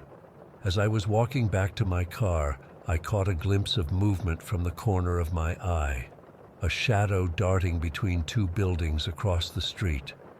"Hey!" I called out, but whatever it was didn't respond. Against my better judgment, I crossed the street to investigate. The space between the buildings was narrow and dark, but I could have sworn I saw someone duck around the corner at the end of the alley. I followed, coming out behind the row of buildings into what looked like a small park. That's when the fog started rolling in. It came so suddenly and moved so unnaturally that I froze in place. Within seconds, it had become so thick I could barely see 10 feet in front of me. The fog seemed to swallow all sound, creating this muffled, suffocating silence. I turned to go back the way I came, but in the dense fog, I became disoriented. The buildings loomed as dark shapes in the mist, all looking the same. I couldn't find the alley I'd come through. Panic started to set in as I realized I had no idea which direction my car was in. Then I heard it, a whisper, so faint I almost thought I'd imagined it. "Rachel." My name carried on the fog like a breath. I spun around trying to locate the source. "Who's there?" I called out, my voice sounding small and muffled in the thick air. "Rachel, you found us." The whisper seemed to come from everywhere and nowhere at once. "I don't know who you are, but I need to leave," I said, trying to keep my voice steady. "I'm just passing through." "No one just passes through Hollow Brook," came another whisper, different from the first. "You're here because you're meant to be here." I started walking quickly, picking a direction at random, just wanting to get away from the voices. The fog seemed to part and close around me as I moved, never letting me see more than a few feet ahead. I could make out the shapes of buildings, but they looked different now, older, decayed, with broken windows and crumbling facades. As I passed by one house, I glanced at the window and saw a face staring back at me, pale, gaunt, with deep-set eyes that seemed to glow faintly in the darkness. I gasped and stumbled backward. The face didn't move, just kept staring. Then I noticed another face in the next window, and another in the one after that. All around me, the buildings had eyes, watching, following, hungry. I started running, no longer caring which direction I was going as long as it was away from those staring faces. The fog swirled around me, sometimes revealing glimpses of the town, now transformed into a decaying ruin that looked centuries old rather than decades. The whispers followed me. "Stay with us, Rachel. Become part of Hollow Brook. We've been waiting for someone new." I ran until my lungs burned, until the stitch in my side became unbearable. I stopped, doubled over, trying to catch my breath. When I straightened up, I saw a figure standing in the fog about 20 feet ahead of me. Unlike the faces in the windows, this figure was fully visible. A woman in clothes that looked like they were from the 1950s, her hair styled in perfect victory rolls. "You shouldn't run," she said, her voice clearer than the whispers, but still with that same ethereal quality. It only makes them more interested. They can sense your fear. "Who are you?" I managed to ask between gasps. "What is this place?" "My name is Eleanor," she said. "I've been here since 1957. We all have. Hollow Brook doesn't exist on your maps anymore because it's not part of your world. It's in between." "In between what?" I asked, though part of me already knew the answer. "Life and death," she said simply. "We're all caught here, and now you are too." "No," I said, backing away. "I'm leaving. I need to get back to my car." Eleanor smiled sadly. "They all say that at first, but the fog doesn't let anyone leave, not unless it wants to." As if on cue, the fog thickened around us, and Eleanor's figure began to fade. "Wait," I called out. "How do I get out of here?" Her voice came faintly through the mist. "You don't choose to leave Hollow Brook. Hollow Brook chooses whether to keep you." I was alone again, surrounded by the impenetrable fog and the constant whispering voices calling my name. I started walking again, more carefully this time, trying to find something familiar, some way back to my car. The fog would occasionally thin just enough to reveal glimpses of my surroundings, buildings in various states of decay, empty streets with abandoned vintage cars, and always, those faces watching from windows and doorways. The residents of Hollow Brook, trapped for decades or maybe centuries in this in-between place. I don't know how long I wandered. Time seemed meaningless in that place. I was exhausted, terrified, and completely lost when I stumbled upon what looked like the edge of town, a bridge crossing over a ravine. Beyond the bridge, the fog seemed less dense. As I approached the bridge, the whispers grew more urgent, almost angry. "Not that way. Stay with us. You belong here now." Shadowy figures began to emerge from the fog behind me, moving with unnatural speed.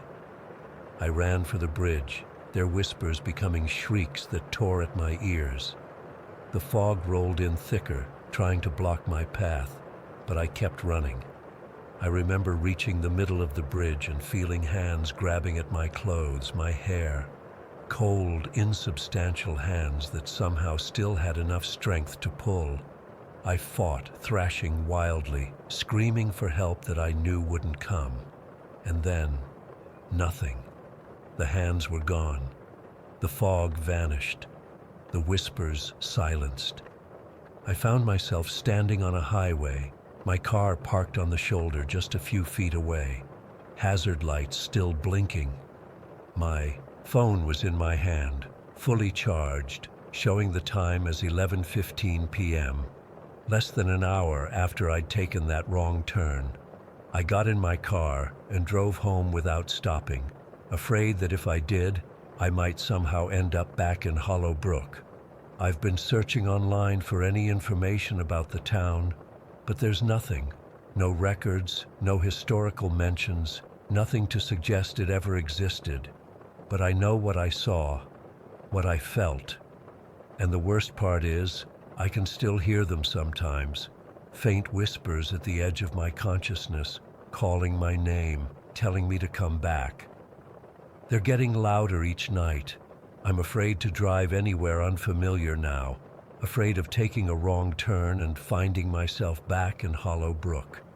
And sometimes, when fog rolls in, I see faces in it.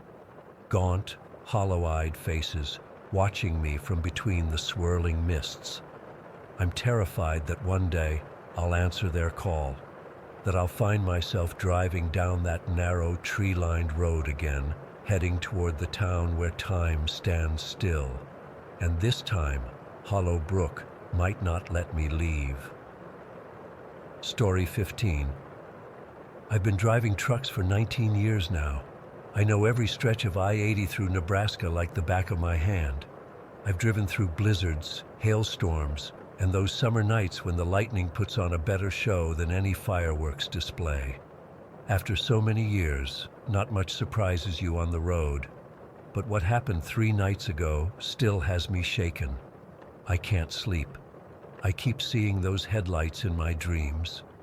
It was around 11 at night when I left the truck stop outside of North Platte. The forecast had warned about snow, but nothing major, just enough to make the roads slick.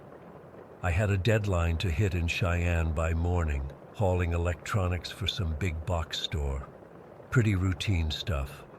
The cab of my Peterbilt was warm, coffee in the cup holder, and I had an audiobook playing through the speakers. Some thriller novel that wasn't nearly as scary as what I was about to experience.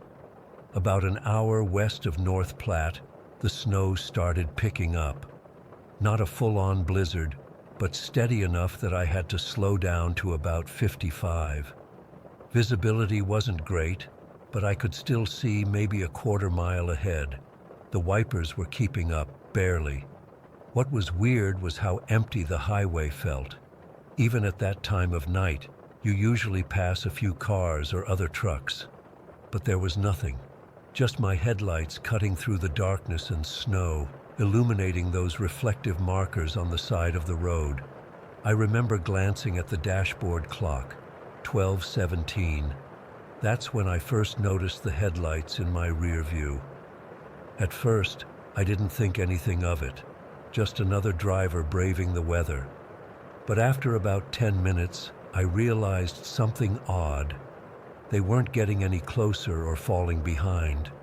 They just stayed there, maybe 100 yards back. Perfect distance, too perfect. I sped up to 60. The headlights stayed exactly the same distance behind me. I slowed down to 50. Still there, same distance. It was starting to bug me. I couldn't make out what kind of vehicle it was, just two yellow-white headlights, slightly dim compared to the LED ones most newer vehicles have. They had this sort of hazy quality to them, like they were shining through fog even when there wasn't any. After about half an hour of this, I was getting seriously uneasy. I'm not usually the paranoid type, but there's something about being followed on an empty highway in the middle of nowhere that gets under your skin. I decided to test whoever it was. There was a rest area coming up, so I hit my turn signal and started to pull off. The headlights behind me didn't follow, they just kept going straight down the highway. I didn't actually pull into the rest area, just slowed down like I was going to. Once I got back up to speed, I couldn't see those headlights anymore. They were gone, just disappeared. I felt relief wash over me. Maybe they'd turned off somewhere and I hadn't noticed. Or maybe they were just some local who knew the road and was using me as a guide through the snow. Whatever the case, they were gone now. For the next hour, I drove in silence. I'd turned off my audiobook because I wanted to stay alert. The snow was coming down harder, piling up on the shoulders of the highway. My wipers were struggling to keep the windshield clear. The clock on my dash read 1:58 when I saw them. Brake lights up ahead, bright red through the curtain of snow. A vehicle stopped right in the middle of my lane.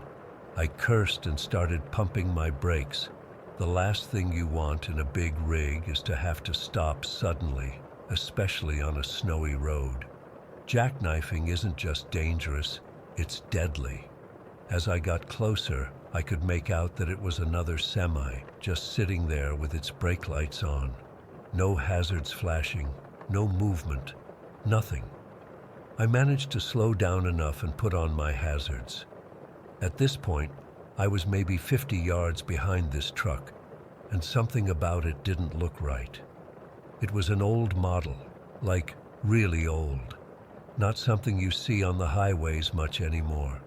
The kind with the square cab and rounded fenders, the sort of truck my dad would have driven when I was a kid. But this one looked wrong. Even through the snow, I could see it was completely rusted out. Not just a little rust here and there, but covered in it, like it had been sitting in a junkyard for decades. The windows were frosted over, thick with ice, impossible to see inside. And on the back of the trailer, barely visible through caked-on grime and rust, I could make out faded lettering. Harlan Haulers. I've never heard of that company in all my years on the road.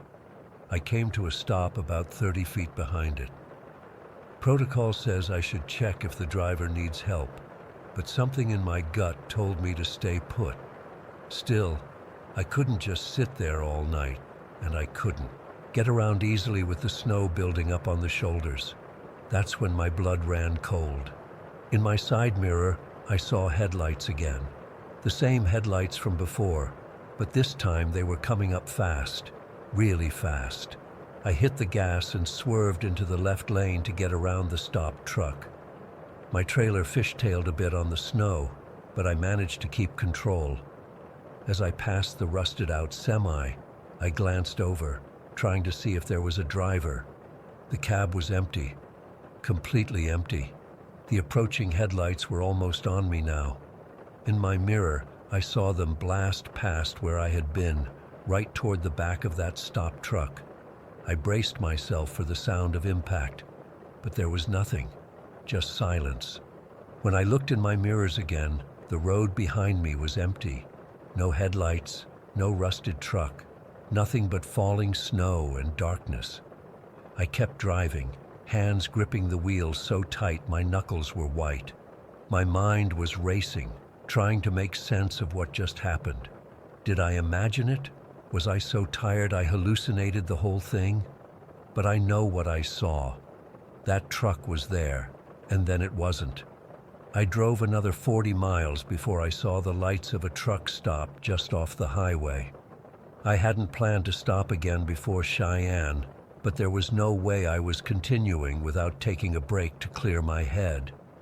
The truck stop was mostly empty, just a few rigs parked for the night and a couple of drivers inside the diner section. I parked, shut off my engine, and just sat there for a minute, trying to calm my nerves. Inside, I ordered coffee even though caffeine was the last thing I needed. My hands were still shaking when the waitress set the cup down. Two older guys were sitting at the counter a few stools away from me. They looked like they'd been driving trucks since before I was born. Weathered faces, flannel shirts, the works.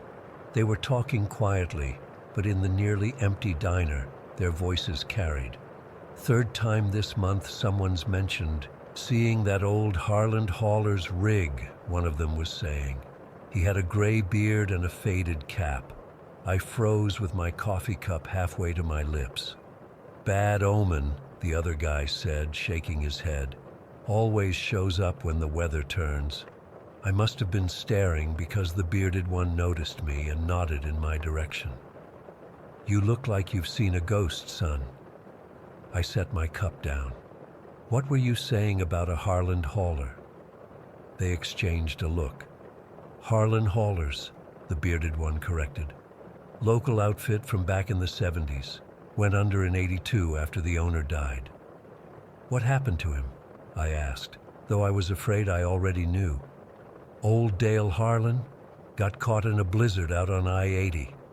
They found his truck a day later, him frozen solid in the cab. Heart attack, they said. Tried to pull over when he felt it coming, but never made it to the shoulder. Semi was right in the middle of the lane. I felt a chill that had nothing to do with the snow outside. Thing is, the second driver added, leaning in like he was sharing a secret. Every few years, someone reports seeing Dale's old rig out there. Always during a snowstorm, always at night. And always followed by those damn headlights, the bearded one added. No one knows what they are, but they're always there in the stories. My mouth went dry. What happens to the people who see it? The bearded driver shrugged. Most of them are fine. They just drive on by. But there was a fella back in '07 who stopped to help. Found him in his cab the next morning. Looked like he'd aged 30 years overnight.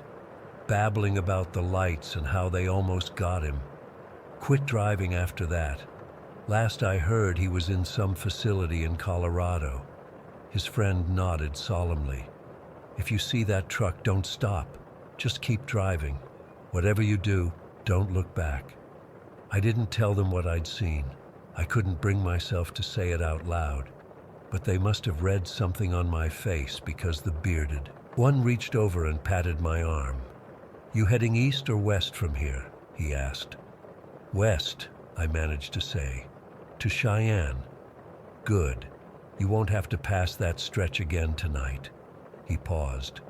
"But next time you're out this way, maybe take I-70 instead." I finished my coffee in silence, paid, and went back to my truck. I sat there for a long time before starting the engine. The snow had stopped, and the sky was beginning to lighten with the first hint of dawn. I made it to Cheyenne by 7 in the morning, delivered my load on time. Everything normal, like nothing had happened. But I know what I saw. That was 3 days ago. I'm back on the road now, heading east. I took a different route like the old-timer suggested. But I know I can't avoid that stretch of I-80 forever. It's part of my regular route. So I'm writing this down while I'm stopped for the night, because I need someone else to know. I need to put it into words before I start doubting myself. I know that someday soon I'll be back on that empty highway in the snow, and I'll be watching my mirrors, looking for those headlights. Because whatever is out there, whatever follows that phantom truck, I think it's still waiting for me. And the worst part of me wants to know what happens if I stop next time. Story 16. I still hear them sometimes. The bells. They come to me in those quiet moments between sleep and waking, or when I'm alone in my apartment and the hum of the refrigerator is the only sound. Clear as day, like they're calling to me from just down the street. It's been 3 months since I took that wrong turn, and I haven't told anyone what happened. Who would believe me? But I need to get this out somewhere, even if it's just typing it into the void. Maybe someone out there will understand. Maybe someone will know what to do. It was the second week of October, and I was driving back from visiting my cousin in Kentucky. I decided to take the scenic route through the Appalachians instead of the interstate. The fall colors were incredible. All those reds and oranges against the blue mountains. I had all the time in the world, no schedule to keep. Just me, some podcasts, and the open road. I'm not usually bad with directions, but cell service in those mountains is spotty at best. My GPS kept cutting out, and I figured I could navigate by the paper map I had in my glove compartment. Big mistake. I missed a turn somewhere after passing through a small mining town, and before I knew it, I was on a narrow, winding road that wasn't on any map I had. The road started getting worse. Potholes everywhere.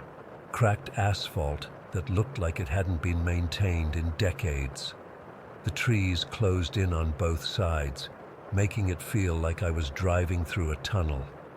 I kept thinking I'd hit a main road soon, but the path just kept twisting deeper into the mountains. Then I came around a bend, and suddenly there was a town below me. It was nestled in a hollow between steep mountains, looking like something from another time. Old brick buildings, a white church steeple, houses scattered around like they'd been dropped there by chance. A weathered wooden sign at the roadside read, "Welcome to Coldwater Hollow, founded 1843. I remember feeling relieved. A town meant gas stations, food, and directions. My fuel gauge was getting low anyway. I'd been planning to fill up at the next town before I got lost. I headed down the steep road into Coldwater Hollow, noting how the temperature seemed to drop with each switchback. By the time I reached the town proper, I'd turned my heater on even though it had been t-shirt weather just an hour before. The town was eerily quiet. I drove slowly down the main street, past storefronts with faded signs and windows that reflected too much sunlight, making it impossible to see inside. There were a few cars parked along the street, all older, models. Nothing newer than the 90s from what I could tell. No people walking around though, just silence. I pulled up to what looked like a gas station combined with a small convenience store. The sign just said Mart in red letters, with an ancient Coca-Cola advertisement underneath. My car sputtered as I turned into the parking lot and then died completely. The fuel gauge now read empty, which made no sense. I'd had at least a quarter tank minutes before. Shit, I muttered, trying to restart the engine. Nothing. Not even that struggling sound of a car low on gas. Complete silence, like the battery was dead too. I got out, and the cold hit me immediately. It was way too cold for October in this region, even in the mountains. Had to be in the low 40s. The air felt dense, almost sticky against my skin. And there was something else, a smell I couldn't place, like wet stone and something metallic. The convenience store's windows were grimy, with yellowed advertisements for cigarette brands I hadn't seen in years. A bell jingled when I pushed the door open, making me jump. Inside, the fluorescent lights buzzed loudly, flickering every few seconds. An old man stood behind the counter, so still I almost didn't notice him at first. He wore overalls and a flannel shirt, his face deeply lined, with white stubble covering his jaw. His eyes were what got me, pale blue, almost colorless, and fixed on me like he'd been waiting for me specifically. "Car trouble?" he asked in a voice that sounded like it hadn't been used in days. "Yeah, ran out of gas, I think. Though that's weird because I should have had enough to..." "Happens to everyone who comes through," he cut me off, reaching under the counter and pulling out an ancient-looking rotary phone. "Nearest mechanic's about 20 miles out. Could call him for you, but he won't come till morning." "I just need some gas. Do you sell gas cans?" I asked, looking around the store. The shelves were sparsely stocked with dusty cans and boxes. No refrigerated section, no fresh food. The old man shook his head. "Pumps haven't worked in years. Just keep the signs up for appearance's sake." Great. Stranded in the middle of nowhere. I checked my phone. No signal, of course. Is there another gas station in town? Or someone who might have some gas I could buy? The old man just stared at me for a long moment. "You picked a bad day to come to Coldwater Hollow, son." A chill ran down my spine that had nothing to do with the temperature. "What do you mean?" He glanced at an old clock on the wall. It was 3:05. "When the bells start, you need to be inside, somewhere secure. Don't go out until they stop." "Bells? What bells?" As if on cue, I heard it, a deep, resonant tone that seemed to come from everywhere and nowhere at once. A church bell, but something was off about the sound. It felt like it was vibrating inside my chest rather than through the air. The old man's face went even paler. "They're starting early today," he whispered. Another bell joined the first, slightly higher in pitch but just as resonant. Then another and another, until it sounded like every church in a 10-mile radius was ringing its bells all at once. "What the hell is going on?" I demanded, my heart starting to race. The door jingled again, and a woman rushed in. She was tall and impossibly thin, wearing a long gray dress that hung off her frame like it was made for someone twice her size. Her hair was silver and hung in a single braid down to her waist. She couldn't have been older than 50, but something about her eyes made her seem ancient. "Earl, it's starting," she said to the old man, ignoring me completely. "They're ringing for a newcomer." "Earl," the old man nodded slowly. "I know, Margaret. He just got here." He gestured toward me. Margaret turned to look at me, and I felt like I was being assessed, measured in some way I couldn't understand. "Your car stopped working, didn't it?" Right as You entered town limits? Yeah, I said, my mouth suddenly dry. How did you know that? It's what happens, she said simply. The town wants you to stay. I laughed, though there was no humor in it. The town wants me to stay? What are you talking about? Earl leaned forward on the counter. Son, Coldwater Hollow isn't like other places. It's alive in its way. Has been since the coal company dug too deep back in 1937. Woke something up, something hungry. The bells were getting louder, more insistent. I could feel them in my teeth now, a vibration that made my fillings ache. This is crazy, I said, backing toward the door. I'm going to find someone normal who can help me. Margaret moved faster than I thought possible, blocking my path to the door. You go outside now. You're dead. The bells are choosing. They're calling to what hunts when they ring. What hunts? My voice cracked embarrassingly. Earl came out from behind the counter. The town needs to feed, needs souls to sustain itself. Most times it takes strangers passing through. Sometimes when pickings are slim, it takes one of us. The bells are how it chooses. I looked between them, waiting for one of them to crack a smile, to tell me this was some weird joke they played on tourists. But their faces remained deadly serious. You're both insane, I said, pushing past Margaret toward the door. Earl grabbed my arm with surprising strength. Listen, boy, once you leave this building, you can't come back in. That's how it works. The bells mark you, and if you try to hide in the same place twice, it'll find you for sure. Your only chance is to keep moving, find new shelter each time the pitch of the bells changes.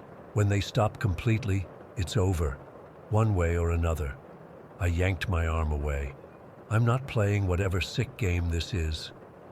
It's not a game, Margaret said quietly. I've lived here all my life, seen 63 people taken. If you want to survive until nightfall, you need to listen to us. Before I could respond, the lights flickered and went out completely. In the sudden darkness, the only illumination came from the grimy windows. The bells changed their tone, becoming a higher, more frantic peal. It's starting, Earl whispered. I moved to the window, peering out at the empty street. Empty, except for something. At the far end of the main street, partially hidden in the shadows between buildings, was a figure. It was hard to make out details at that distance, but something was wrong with its proportions. It seemed too tall, too thin to be human, yet it moved with a jerky, deliberate purpose. Get away from the window, Margaret hissed, pulling me back. What the hell is that thing? I asked, my heart hammering so hard I thought it might burst. We don't have names for them, Earl said. They come when the bells ring, hunting what the town needs. The thing in the distance suddenly stopped moving. Even from this far away, I could feel it turn its attention toward the store, toward me. Then it moved, not walking, but almost gliding, closer to us. As it came into better view, I felt my stomach drop. It was vaguely human-shaped, but stood at least 8 feet tall. Its limbs were impossibly long and thin, like someone had stretched a person beyond all natural proportions. Its skin was the color of wet ash, and seemed to shift and ripple over whatever passed for its skeleton. But its face, Jesus, its face. Where eyes should have been, there were just 2 glowing points of light, like dying embers. Its mouth was a jagged black line that stretched from ear to ear. Oh God, I whispered, backing away from the window. It's seen you, Margaret said, her voice tight with fear. We need to move, now. Earl hurried to the back of the store, unlocking a door I hadn't noticed before. There's a back way out, leads to the alley behind the stores. You two go, I'll stay here. Earl, no, Margaret protested. The old man shook his head. I'm 86 years old, Margaret. Lived longer than I had any right to in this damned place. You get him out of here." The bells changed again, becoming even more frantic, almost discordant. Through the window, I could see the creature moving faster toward the store. "We have to go now," Earl insisted, pushing us through the back door. The alley behind the store was narrow and damp, lined with trash cans and back entrances to the other buildings on the street. Margaret grabbed my hand and pulled me to the right. "Where are we going?" I asked, struggling to keep up with her surprisingly quick pace. "Church basement," she said tersely. "It's safe there, at least until the bells change again." We hurried down the alley, the sound of the bells surrounding us completely now. They were no longer in any kind of harmony, just a chaotic, maddening cacophony that made it hard to think straight. We had almost reached the end of the alley when a terrible scream came from behind us, from the direction of the store. "Earl." It was a sound I'll never forget, pure terror and pain, cut off abruptly in the middle. Margaret didn't slow down. "Don't look back," she commanded. "No matter what you hear, don't look back." We emerged from the alley onto a side street. The white church steeple I'd seen from above the town loomed just a block away. We ran toward it, my lungs burning from exertion and fear. The streets were completely deserted. Every building was buttoned up tight, blinds drawn, doors locked. I caught glimpses of faces in windows, pale, watching, but doing nothing to help. "Where is everyone?" I gasped as we ran. "Hiding," Margaret said. "Praying it takes someone else. Praying it takes you." We reached the church, an old white clapboard building with stained glass windows that seemed to absorb light rather than reflect it. Margaret pulled me around to a cellar entrance on the side, yanking open the heavy wooden doors. "Get in," she ordered, and I didn't hesitate. The basement was dark and smelled of mold and candle wax. Margaret closed the doors behind us and fumbled with a lantern. A weak yellow light illuminated the space, bare stone walls, a dirt floor, and rows of wooden pews facing a small altar. "What happens now?" I asked, trying to catch my breath. "We wait," she said, sitting on one of the pews, "until the bells change again. Then we move to a new location." I paced nervously, the bells still audible even through the thick walls of the basement. "How long has this been happening? Why doesn't anyone leave?" Margaret gave me a look that was part pity, part resignation. "People have tried leaving. The roads loop back, always. The only way out is if the town lets you go. And it only does that if it's taken what it wants or if it's marking you for later." "Marking me?" She nodded. "Sometimes it lets people go, but it puts a mark on them, calls them back eventually. They hear the bells, even from far away. They feel compelled to return." I was about to ask more when the bells suddenly changed again, becoming slower, deeper, more methodical. Margaret stood up. "We need to move, now." We left the church basement, emerging into the late afternoon light. The sun was getting low, casting long shadows across the town. Margaret led me through a series of backyards and narrow passages between houses, always keeping us out of sight of the main streets. The bells continued their slow, ponderous toll as we made our way to what looked like an abandoned school building. Once inside, Margaret locked the door behind us and led me to a classroom on the second floor.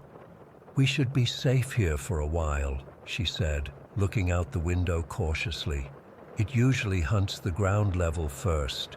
I collapsed into one of the small desks, my legs shaking from adrenaline and exhaustion.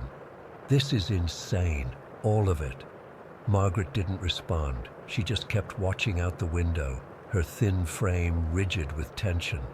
"You said you've lived here your whole life," I said after a moment. "Why?" Why stay in this nightmare? She turned to look at me, and in the fading light, her eyes seemed to reflect something inhuman. Who says I have a choice? Who says any of us do?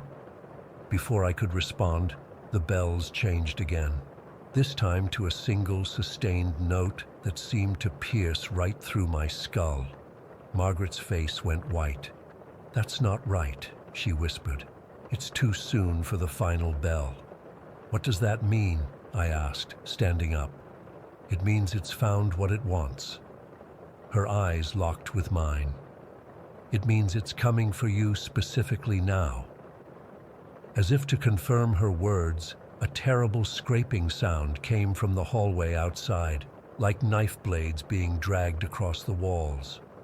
The temperature in the room plummeted, my breath suddenly visible in front of me. "Is there another way out?" I asked, my voice barely audible. Margaret pointed to a door at the back of the classroom. "Fire escape, but once you're out there, you're exposed." The scraping was getting closer. Something heavy bumped against the classroom door, making it shudder in its frame. "Go," Margaret urged. "I'll try to distract it." I didn't have time to argue or thank her. I ran to the back door, yanking it open to reveal a rusted fire escape. Behind me, the classroom door splintered as something massive forced its way through. I caught one glimpse of the creature, its impossible height forcing it to bend almost double to enter the room, those glowing ember eyes fixing on me with terrible intelligence. Before I was out on the fire escape, clanging down the metal steps as fast as I could. The bells reached a crescendo, so loud now it felt like they were inside my skull. I hit the ground running, with no idea where I was going, just knowing I needed to get away. The town was dark now, the sun having set behind the mountains. The only illumination came from a few scattered streetlights that cast more shadows than light. I ran blindly, hearing the creature behind me, not footsteps, but a weird sliding sound, like something heavy being dragged rapidly across pavement. I don't remember all of what happened next. Parts of it are just missing from my memory. I remember running until my lungs burned. I remember hiding in what might have been a laundromat, crouched behind machines as that thing stalked the aisles, its breath making a sound like wind through a cracked window. And I remember somehow finding myself back at my car. The keys were still in the ignition where I'd left them. With shaking hands, I tried to start it, not expecting anything to happen. The engine roared to life immediately. The fuel gauge showed full. I didn't question it. I slammed the car into drive and tore out of the parking lot, tires squealing. In my rearview mirror, I saw the creature standing in the middle of the road, those ember eyes watching me go. The bells were fading now, becoming softer as I put distance between myself and Coldwater Hollow. I drove like a madman until I hit a highway I recognized. It wasn't until I was 50 miles away that I finally pulled over at a rest stop and broke down completely, sobbing with relief and lingering terror. That was 3 months ago. I've tried to find Coldwater Hollow since then. I've pored over maps, searched online, even tried to retrace my route. There's no record of it anywhere.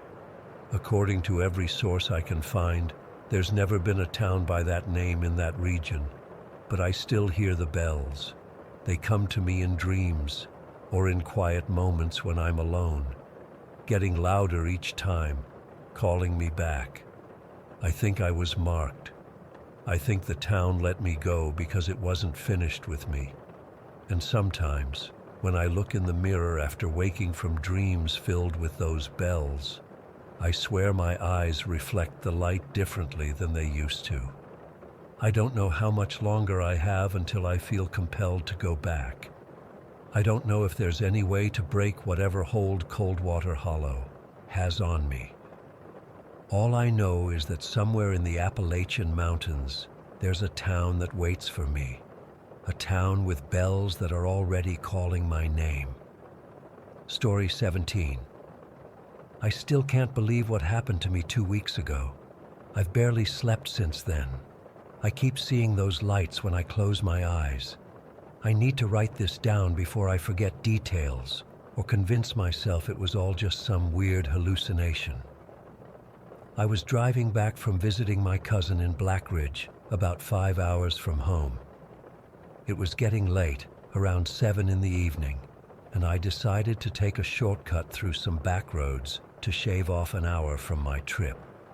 My GPS kept rerouting because of some construction on the main highway, so I figured I'd outsmart it by cutting through the forest area. Big mistake. After driving for about 40 minutes on these winding roads, I noticed my gas tank was getting low. The needle was hovering just above the red, and I hadn't seen a gas station for miles. My phone signal was spotty at best, dropping in and out as I drove deeper into the woods. The trees were getting thicker, and the road narrowed to the point where I worried about another car coming from the opposite direction. Just when I was starting to get really anxious about running out of gas in the middle of nowhere, I saw a small wooden sign, Silver Hollow, Pop, Wonder 37. The sign looked old and weathered, like it hadn't been updated in decades. I'd never heard of Silver Hollow before, but I was relieved to find any sign of civilization. The road dipped down into a valley, and suddenly there it was, a tiny town that looked straight out of the 1950s. The main street couldn't have been more than a quarter-mile long. There were maybe 15 buildings total, a few houses, what looked like a small general store, a church on a hill overlooking the town, and thankfully, a gas station at the far end. I pulled into the gas station, which had just one ancient pump with an analog display, not the digital ones you see everywhere now. The whole place had this eerie quiet to it. No people walking around, no cars moving, just this strange stillness. The sun was starting to set, casting long shadows across the street. I got out of my car and tried to work the pump, but it looked like you had to pay inside first. The station itself was a small wooden building with a faded Coca-Cola sign from what must have been the 70s. The windows were so dirty I couldn't see inside. When I opened the door, a little bell jingled. The inside was dimly lit with flickering fluorescent lights. Behind the counter stood this old man, had to be in his 70s at least, with deep-set eyes and skin like leather. He was wearing overalls and a flannel shirt that looked like they'd seen better days. "Need some gas," I said, trying to sound casual despite how uncomfortable I felt. "Just passing through." The old man didn't respond right away. He just stared at me like he was trying to figure something out. After what felt like a full minute, he finally spoke. "You shouldn't be here," he said in this raspy voice. "Nobody comes to Silver Hollow by accident." I laughed nervously. "Well, I did. My GPS rerouted me, and I'm running low on gas." He kept staring at me with those sunken eyes. "You need to fill up and leave, right now, before the lights come." I had no idea what he was talking about, but something about the way he said it made my skin crawl. "The lights? You don't want to be here when they come. Nobody does." He took my credit card and ran it through an old machine. "Pump's ready. Fill up and go. Don't stop for anything else." I wanted to ask more questions, but something told me not to push it. I went back outside and started filling up my tank. While the gas was pumping, I looked around the town again. It was getting darker now, and I noticed there were no streetlights on. In fact, none of the buildings seemed to have any lights on inside either. It was like the whole town was abandoned, except for the gas station. The pump clicked off when my tank was full. As I was putting the nozzle back, I noticed something weird, a faint glow in the distance coming from the woods at the edge of town. At first, I thought it might be car headlights, but it was too small and too blue. It was a pale blue orb of light, about the size of a basketball, hovering just above the tree line. Then another one appeared next to it, and another. Within seconds, there were maybe 10 of these glowing orbs, all the same size, all the same color, floating at the edge of the forest. They weren't moving, just hanging there, like they were watching. I got back in my car as fast as I could, started the engine, and began driving toward the road I'd come in on. But as I approached the edge of town, more of those lights appeared, blocking the way out. They weren't just stationary anymore. They were moving, slowly drifting toward the center of town, toward me. I made a sharp turn and tried another road out, but the same thing happened. Lights appeared, blocking my path. I was starting to panic now. I drove back toward the center of town, thinking maybe I could find another way out, or at least find someone who could explain what was happening. The lights were closing in from all directions now, dozens of them. My car started to sputter and stall. The engine made this horrible grinding noise and then died completely. The dashboard lights flickered and went out. Even my phone died at the same moment. I was sitting in my dead car in the middle of this strange town, surrounded by these glowing orbs that were getting closer by the second. The temperature inside the car suddenly dropped. I could see my breath. The windows began to fog up, and I swear I could hear whispering. Not loud enough to make out words, just this constant hushed murmuring all around me. I had to get out of there. I grabbed my phone, even though it was dead, and my wallet, and I ran. The church on the hill seemed like my best bet. It was the biggest building, and maybe there would be people there who could help. As I ran up the hill, I could feel the lights following me. They didn't move fast, but they were definitely coming after me. The whispering got louder, and now I could make out some words. You can't hide, and you can't escape. The church doors were unlocked, thank God. I rushed inside and slammed them shut behind me. The interior was dark, except for a few candles burning at the altar. The place looked like it hadn't been used in years. Dust covered everything, and some of the pews were broken. I tried to catch my breath and figure out what to do next. That's when I noticed the shadows. In the corners of the church, in the places the candlelight didn't reach, there were shapes, human-like shadows that seemed to move slightly, even though there was nobody there to cast them. They didn't have distinct features, but somehow I knew they were watching me. The whispering continued, now coming from inside the church, from the shadows. You shouldn't have come here. You can't leave now. You belong to us. I backed up against the altar, terrified. The shadows began to move toward me, detaching from the walls and gliding across the floor.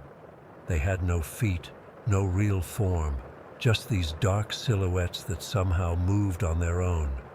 Then the doors burst open.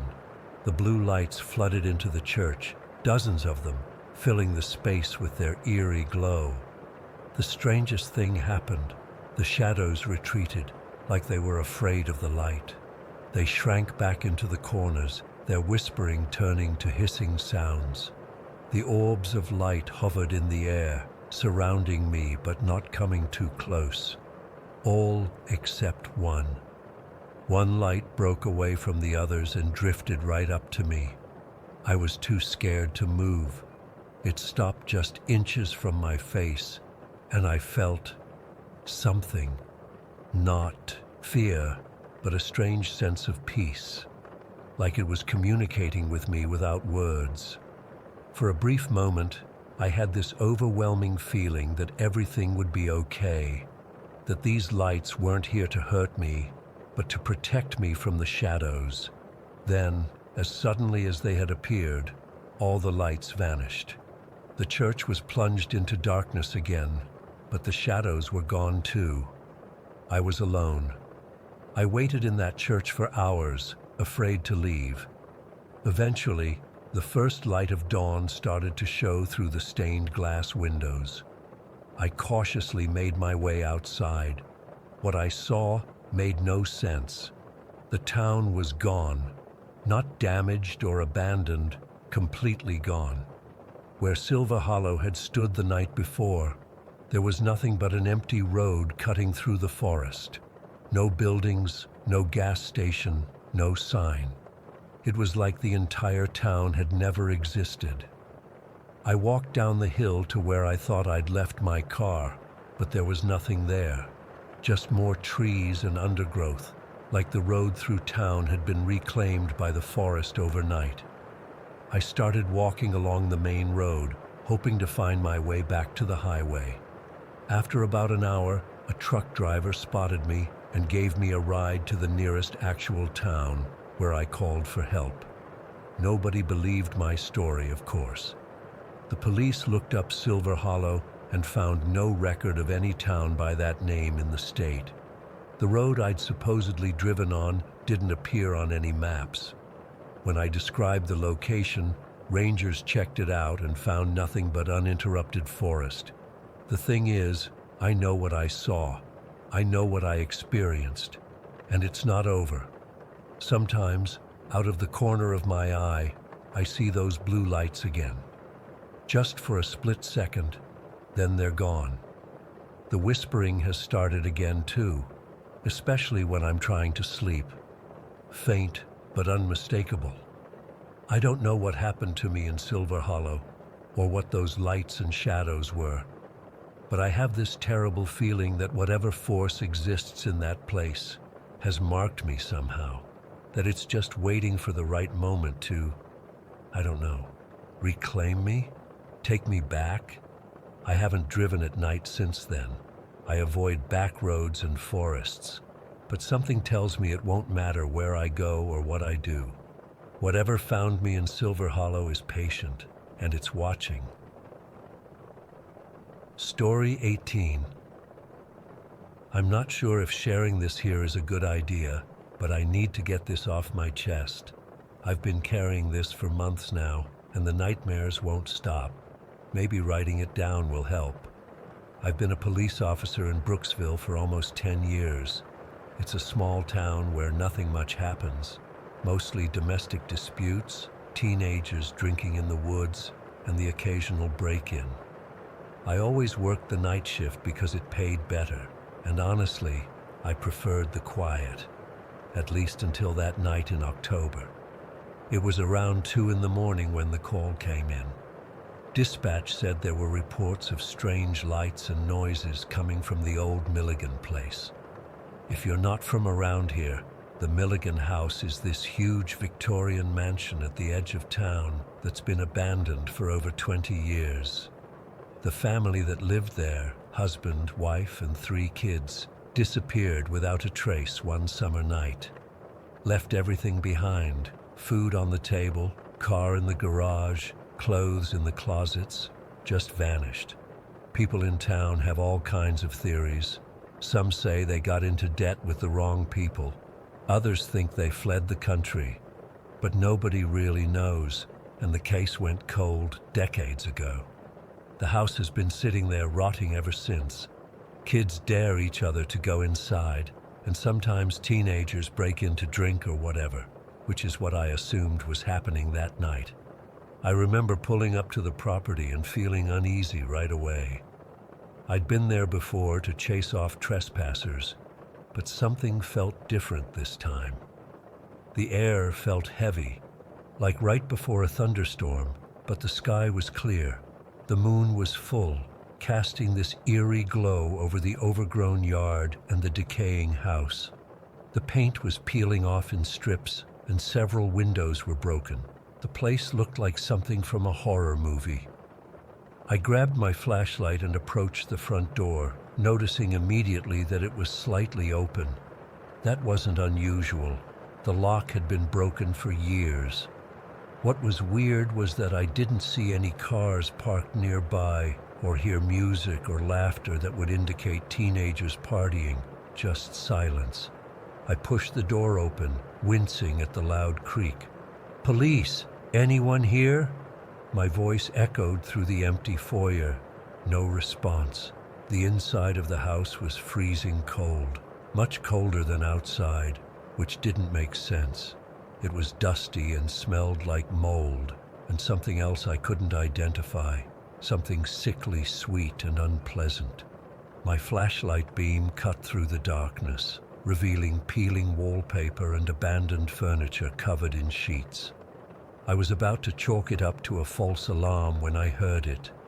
A faint whispering sound coming from upstairs. It was so quiet I almost missed it. "Hello? Police officer? Identify yourself," I called out, my hand moving to my gun out of instinct.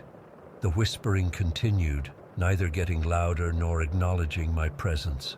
It sounded like multiple voices overlapping, but I couldn't make out any words. It didn't sound like partying teenagers. It sounded wrong.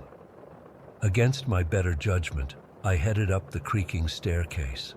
Each step groaned under my weight, and I remember thinking that if anyone was trying to hide, they'd definitely hear me coming. The second floor was a long hallway with several doors leading to bedrooms and bathrooms. All the doors were closed except one at the far end, where a faint flickering light spilled into the hallway. The whispering was definitely coming from that room. As I approached, the voices became clearer, but I still couldn't understand what they were saying. It sounded like a foreign language, or maybe English played backwards. It made the hair on my arms stand up. When I reached the doorway, what I saw inside made me freeze. There was a circle of lit candles on the floor, maybe 15 or 20 of them, arranged in a perfect circle. In the center was an old tape recorder, one of those vintage ones with the big reels. It was playing, the reels spinning slowly, and that's where the whispering was coming from. The room itself looked like it had been a child's bedroom once. Faded wallpaper with cartoon characters peeled from the walls. A small bed with a rotting mattress sat in one corner, a broken rocking horse in another.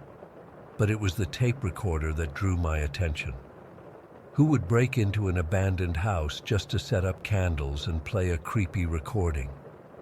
I stepped into the circle, careful not to knock over any candles, and knelt down to examine the tape recorder. The tape was old and worn, the whispering voices rising and falling in a rhythmic pattern that made me deeply uncomfortable.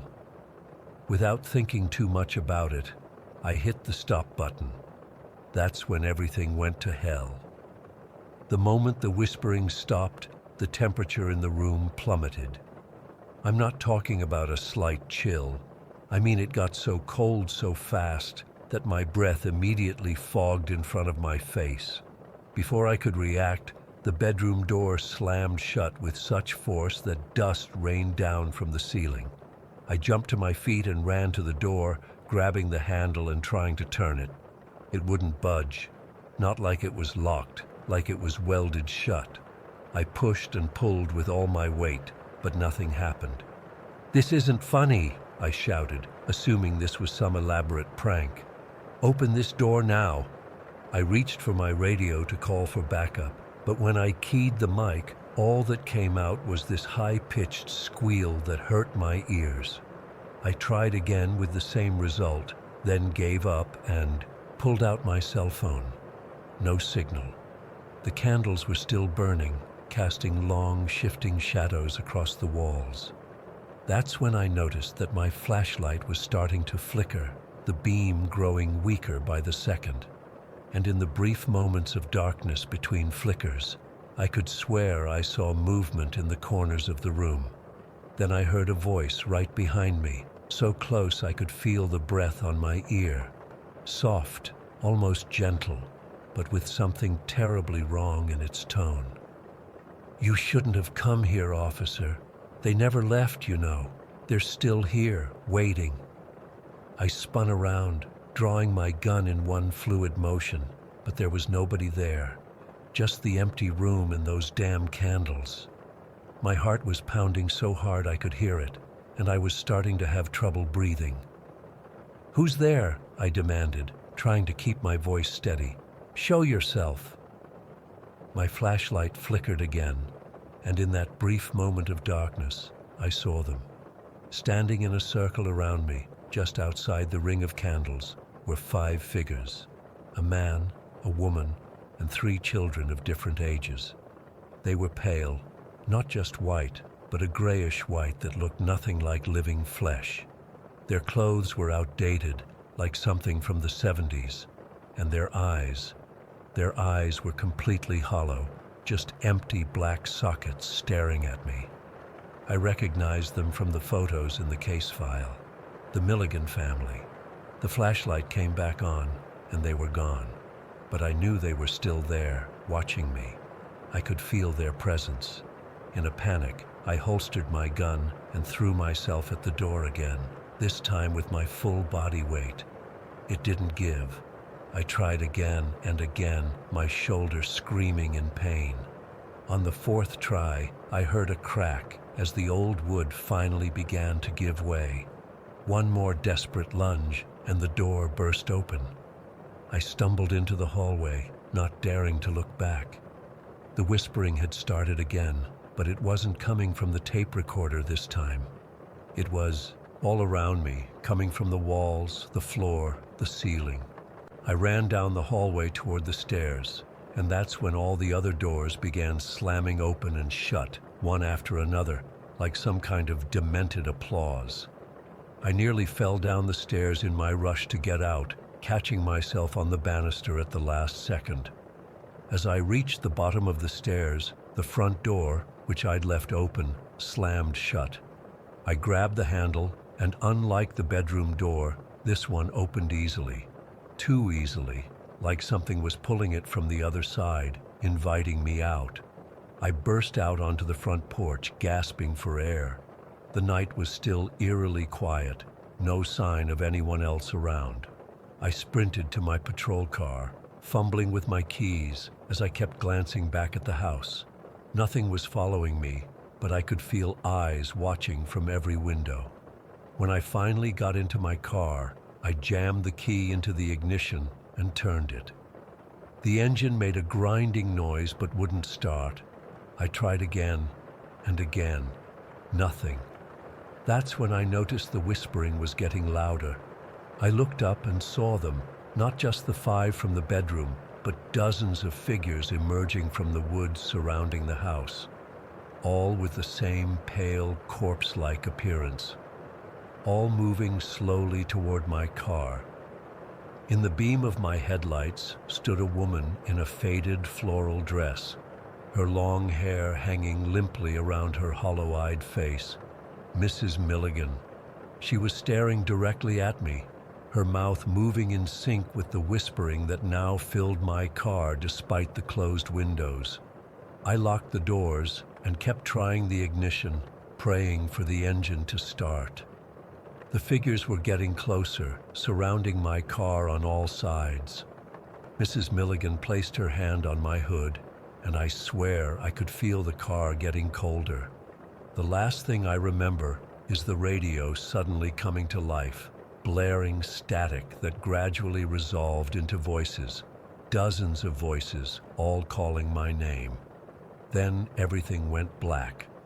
I woke up in my own bed the next morning with no memory of how I got there. According to my colleagues, they found my patrol car abandoned in front of the Milligan house, doors locked, engine cold. They said I called in sick that morning, but I have no memory of making that call. I haven't been back to work since that night. I can't sleep more than an hour or 2 without waking up to whispering voices. Sometimes I see pale faces at my windows, and every night I dream about Mrs. Milligan standing in front of my car, her mouth forming words I can almost understand. I don't know what happened to me that night. I don't know if I actually experienced any of this, or if I had some kind of breakdown. All I know is that something is very wrong with the Milligan house, and whatever happened to that family 20 years ago isn't over. And sometimes, when my phone rings late at night, all I hear on the other end is whispering.